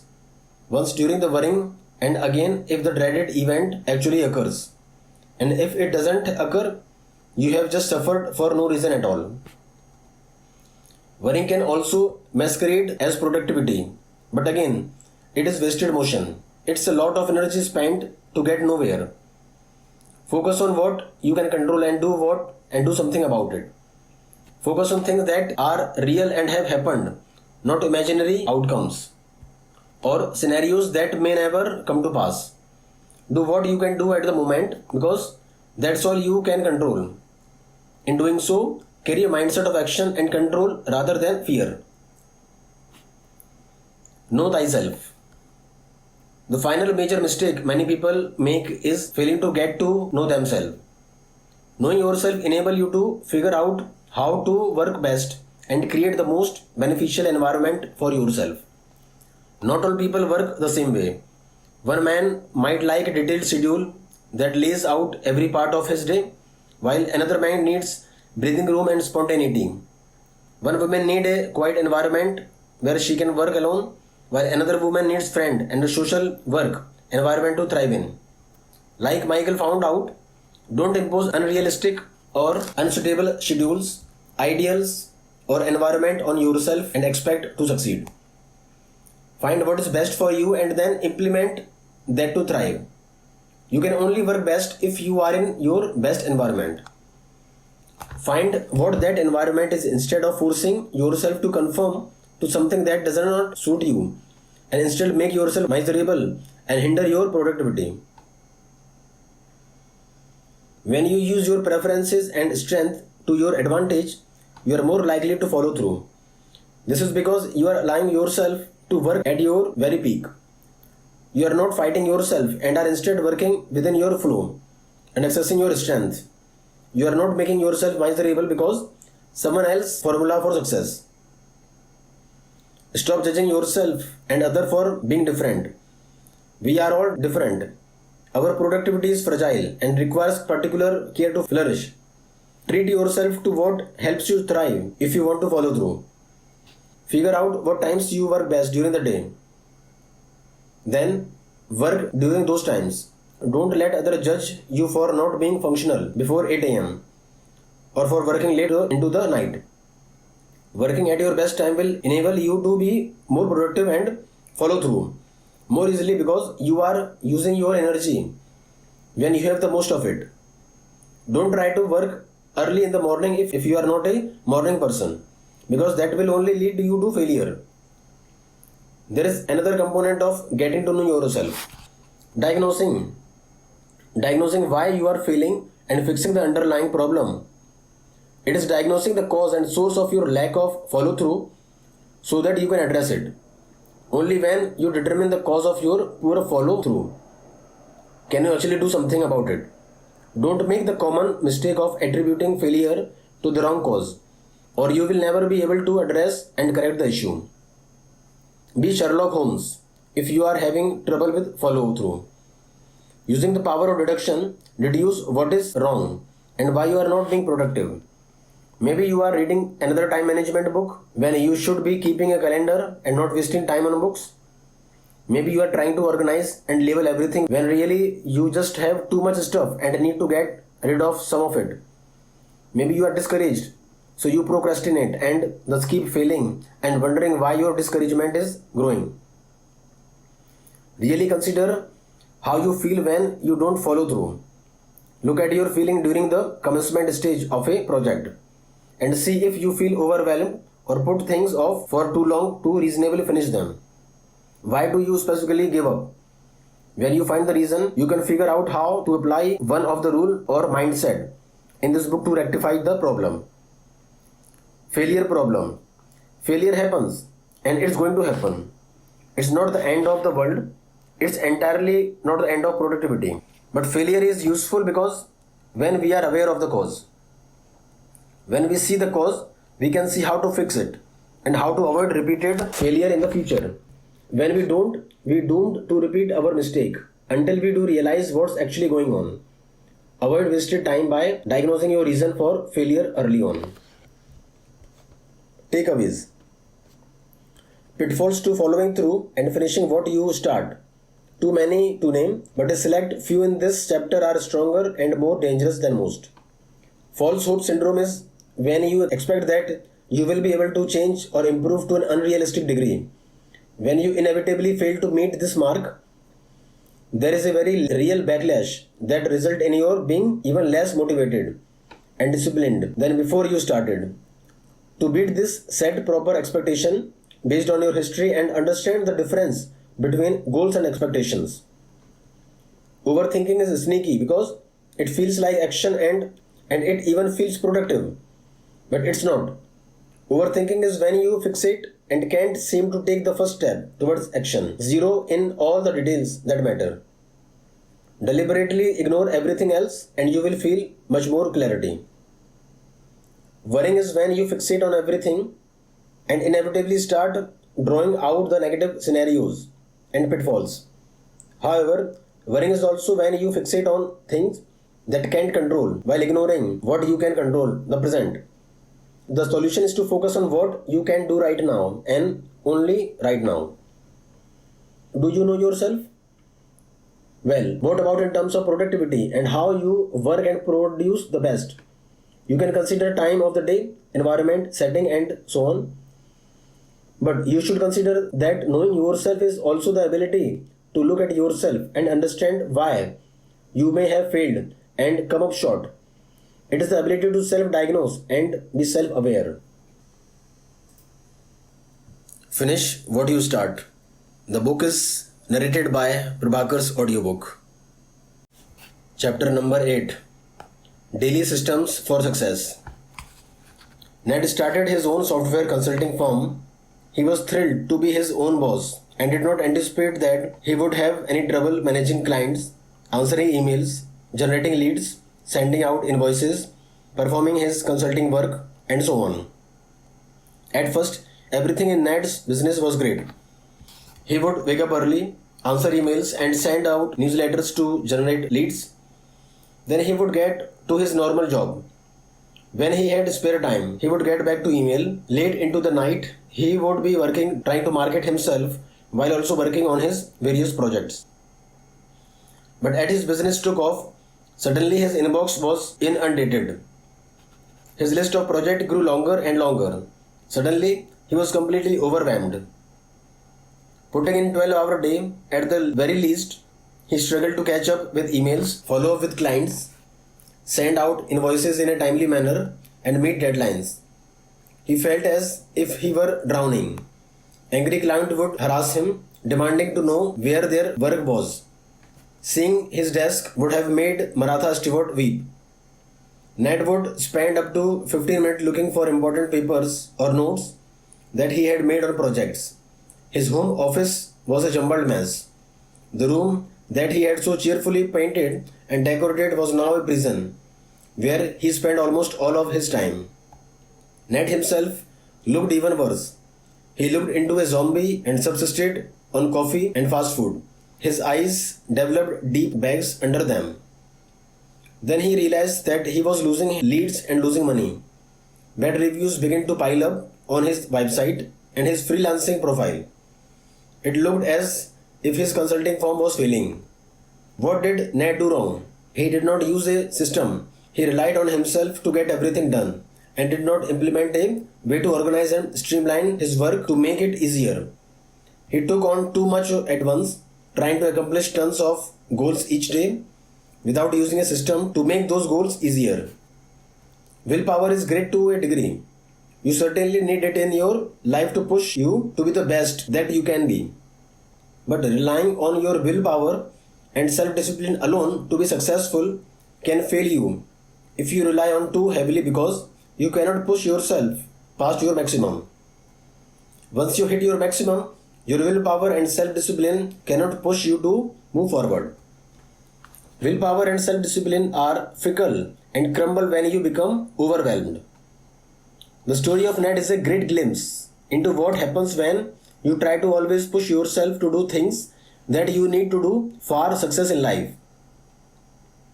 Overcoming the sense of being overwhelmed and overworked is not easy. You have to create an organizational system to make your success consistent, even when you are feeling glum and fatigued. Particularly in business, there will be days when the inertia is too heavy and you don't feel like performing the task on your to-do list. There will be tasks that you dread doing and thus cannot summon the necessary willpower. And there will even be people who try to block your success. And you may not always have the strength to fight them off. That is where daily system come into play. A system is a set of actions that you consistently perform every day in order to streamline your success and reach your goal. Unlike your self-discipline and willpower, a success organizes you and helps you perform your duties without having to push yourself. Willpower and self-discipline, on the other hand, only offer you strength to force yourself to do things. They do not give you a set of doing things or a streamlined list of actions to complete. A system becomes routine so that you do not have to think about what you need to do, but instead you just do it. The key to a system is to work on progress and consistency in your life, as opposed to working on your goals. For instance, let's go back to Ned and consider if he had used a time management system to split up tasks and make time for each task. He could have automated things so that he could have gotten all of his tasks done in a timely manner, with less stress, disorganization and confusion. Had Ned implemented a few simple daily systems into his approach to his business, he would have been more successful. Ned relied on his self-discipline too much. He just could not force himself to do so much work on his own. Working at maximum, he burned out and began to fail. For perspective, a goal is antithetical to a system because goals play a part in systems. Systems are a simple way to make sure you take the necessary action to reach the goal. They are not limited to one thing at a time, as goals are. Instead, they apply to everything you must do in your endeavor. Once you complete one goal, you can move on to the next one easily by simply following your systems. Systems will carry you through every single goal you set. Systems also protect you from failure, even if you do not reach a goal. Say your goal for a day is to complete 1000 words of writing for a grant proposal. You use a system to help you get some work done, but you do not reach the 1000 word mark. That is fully acceptable because you still got some writing done. A system enables you to reach a better place, even if you do not meet your exact goal. From that better place, it is even easier to move forward and accomplish your ultimate goal later on. Every day is a chance to get closer and closer to your final goal when you have a good system in place. Ned focused on accomplishing a series of goals each day, such as generating new leads and finishing projects. He did not even implement any sort of system that forced him to perform the necessary action for his goal at a specific time of each day. Had he implemented a system and structured his work, he would have been able to tackle his goal in a timely manner instead of working in chaos and exhausting himself. Then his business could have thrived as he earned new clients and pleased old ones simultaneously. Creating system begins with having an overall goal in mind. then you can build the scaffolding that will get you there. Keep a scoreboard. The first type of system is to keep a detailed scoreboard for yourself. The heart of the system is that you will be far more motivated if you feel that you have the possibility to win something. You must see some type of gain to fuel interest in the project. Therefore, you want to keep score. People play at their best when they feel as if they are winning or losing. So be sure to demonstrate how you are progressing and winning. People play differently when they are keeping score. If you are not keeping score, you are just practicing. So start keeping score today to provide automatic motivation for yourself and others. Here are some things you can do to keep a scoreboard. First, track your progress. Every time you get something done, check it off your list. Seeing your task checked off will give you a sense that you are actually getting something done. A big to-do list on a whiteboard mounted on a wall can help you. This is so motivating because people can visually see they are getting things done. And seeing what they complete makes them realize that the target goal is more and more possible. Another important element of the system is to celebrate small victories for you and those you are working with whenever you see a victory. The smaller the victory, the better, because it is a chance to motivate yourself and others. This also allows you to have an overall greater number of victories to feel good about and celebrate momentum with.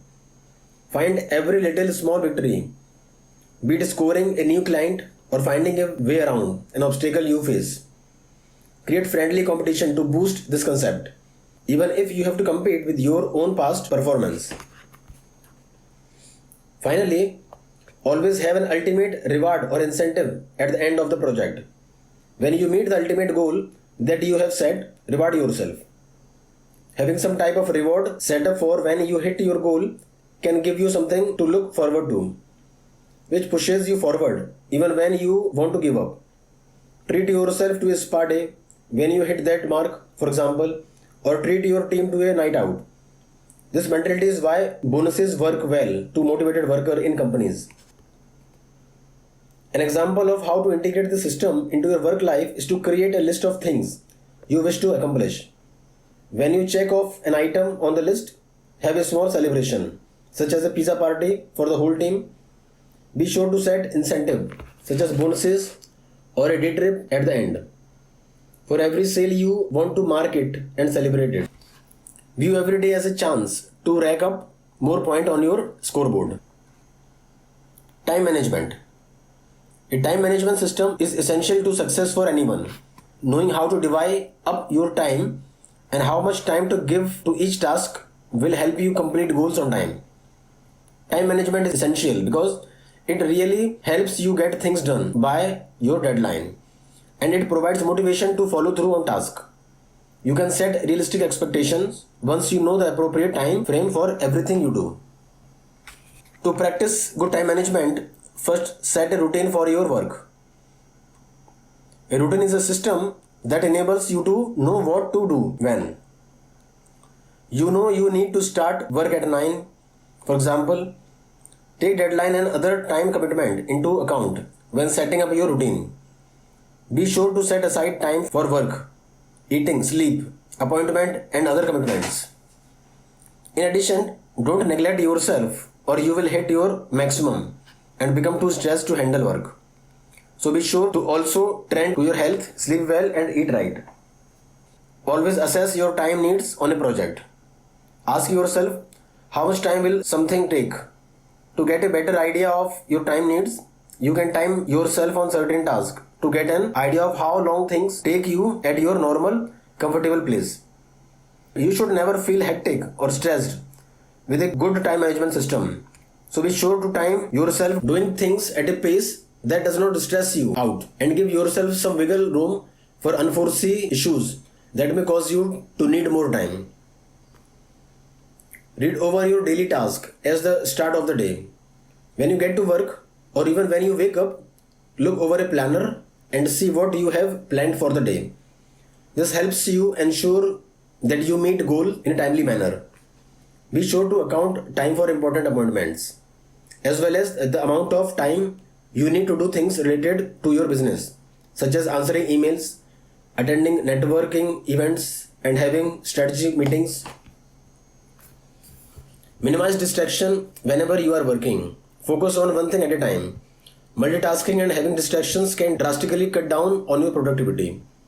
Set a specific time to check emails. For example, instead of checking emails throughout the day, letting your inbox distract you from the task at hand. Also have a set time to focus on marketing or on networking. Lower your transaction cost.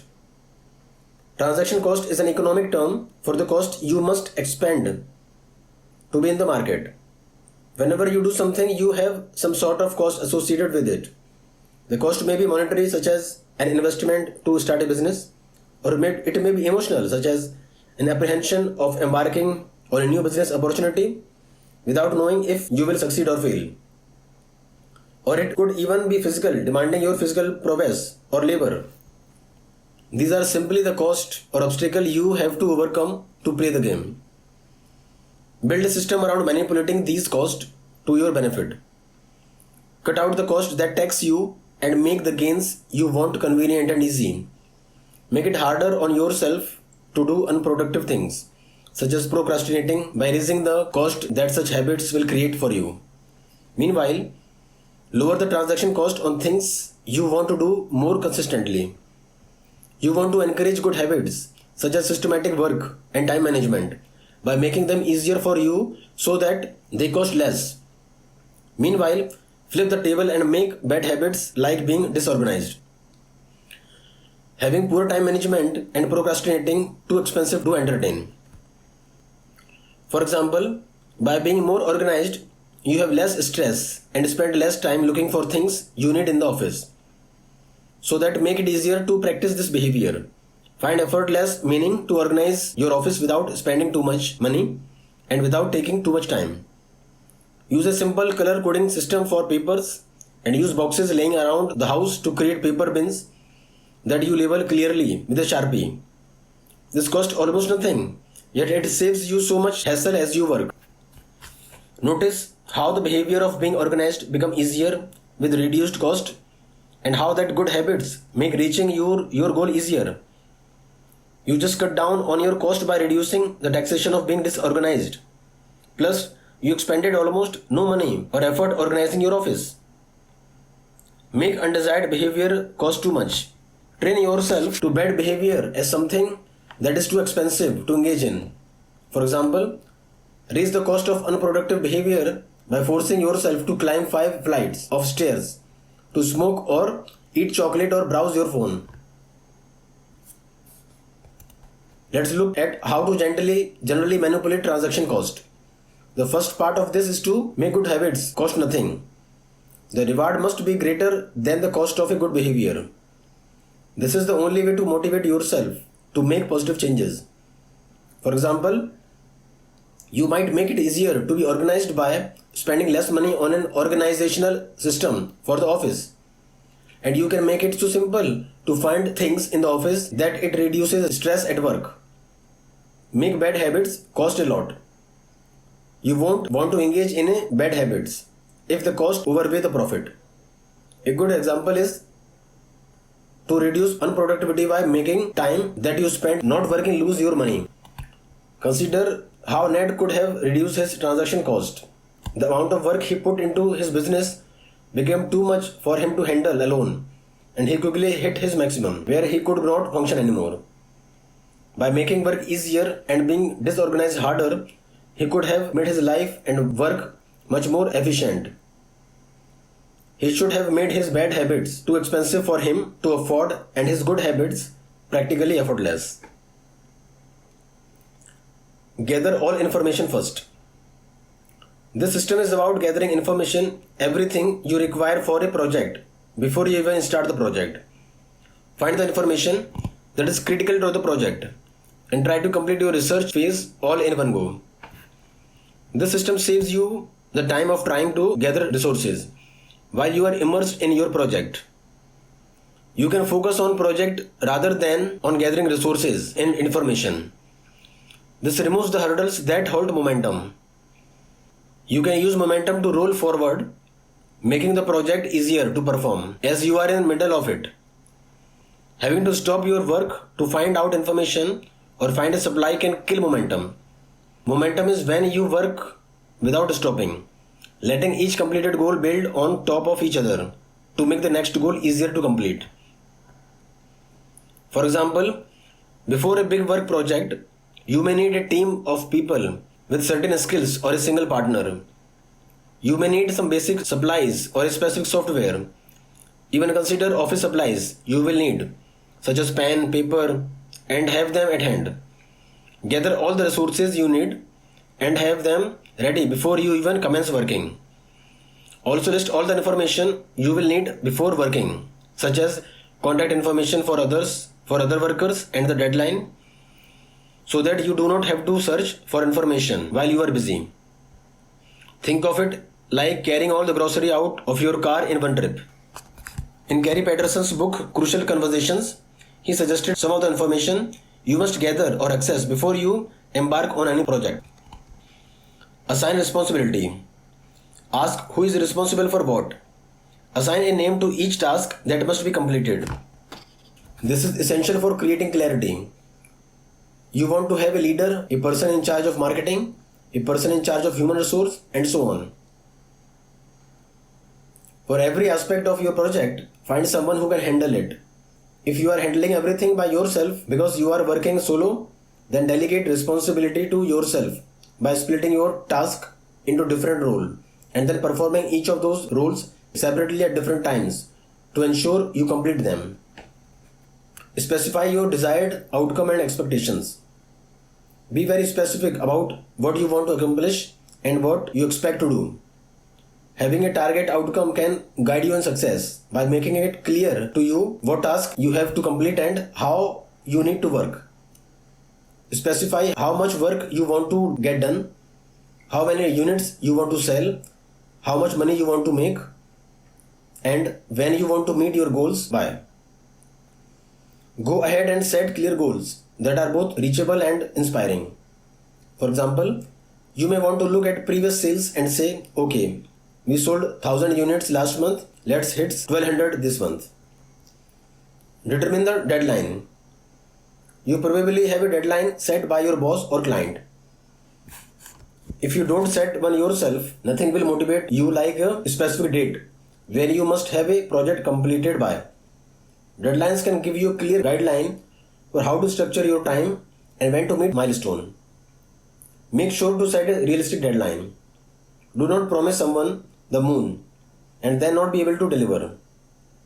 You want to set a deadline that gives you plenty of room to complete something. Take into account potential setbacks and challenges that cost you time. Have a follow-up plan. You don't want to think of your current goals as the finish line because life goes on after you reach the goal. What happened after the project? What do you do next? Have a plan for the step to take once you complete a project and what goals to move on. This can motivate you as you have more things to look forward to. Also consider followings. Gather physical resources. You will need different things to get something done. Money, people, software, office supplies, materials. Find out what you need and obtain all of it. Identify obstacles. Knowing the obstacles beforehand can help you determine how to mitigate them. People will have a ton of enthusiasm when they brainstorm ideas. They see only sunshine and are eager to press on. When unexpected obstacles arise, however, their enthusiasm runs out and inertia sets in. Everyone involved knows what to expect and think of these obstacles as hurdles to overcome as a team, then morale will not be so heavily impacted. If you see no obstacle in your path, you need to brainstorm more to account for potential pitfalls. Back to our example of poor Ned, imagine how much easier things would have been for him if he had organized his resources and gathered information first. First, he should have organized his office, putting notes where it would be easy to find them when he needed them.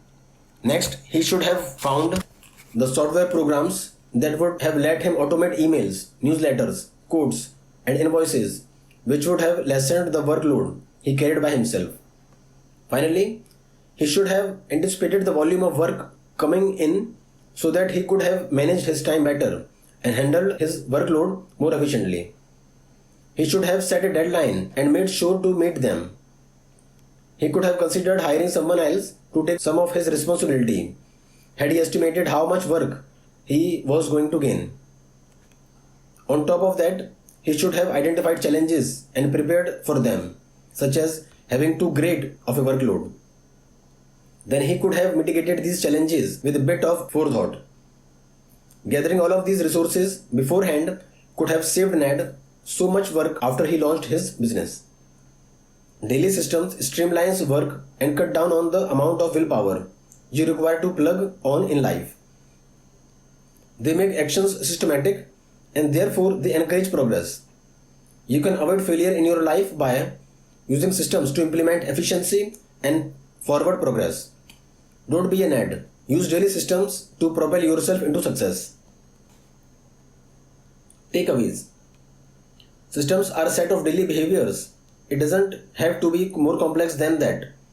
Systems stand in stark contrast to goals because goals are one of accomplishment, while systems emphasize consistency and long-term success.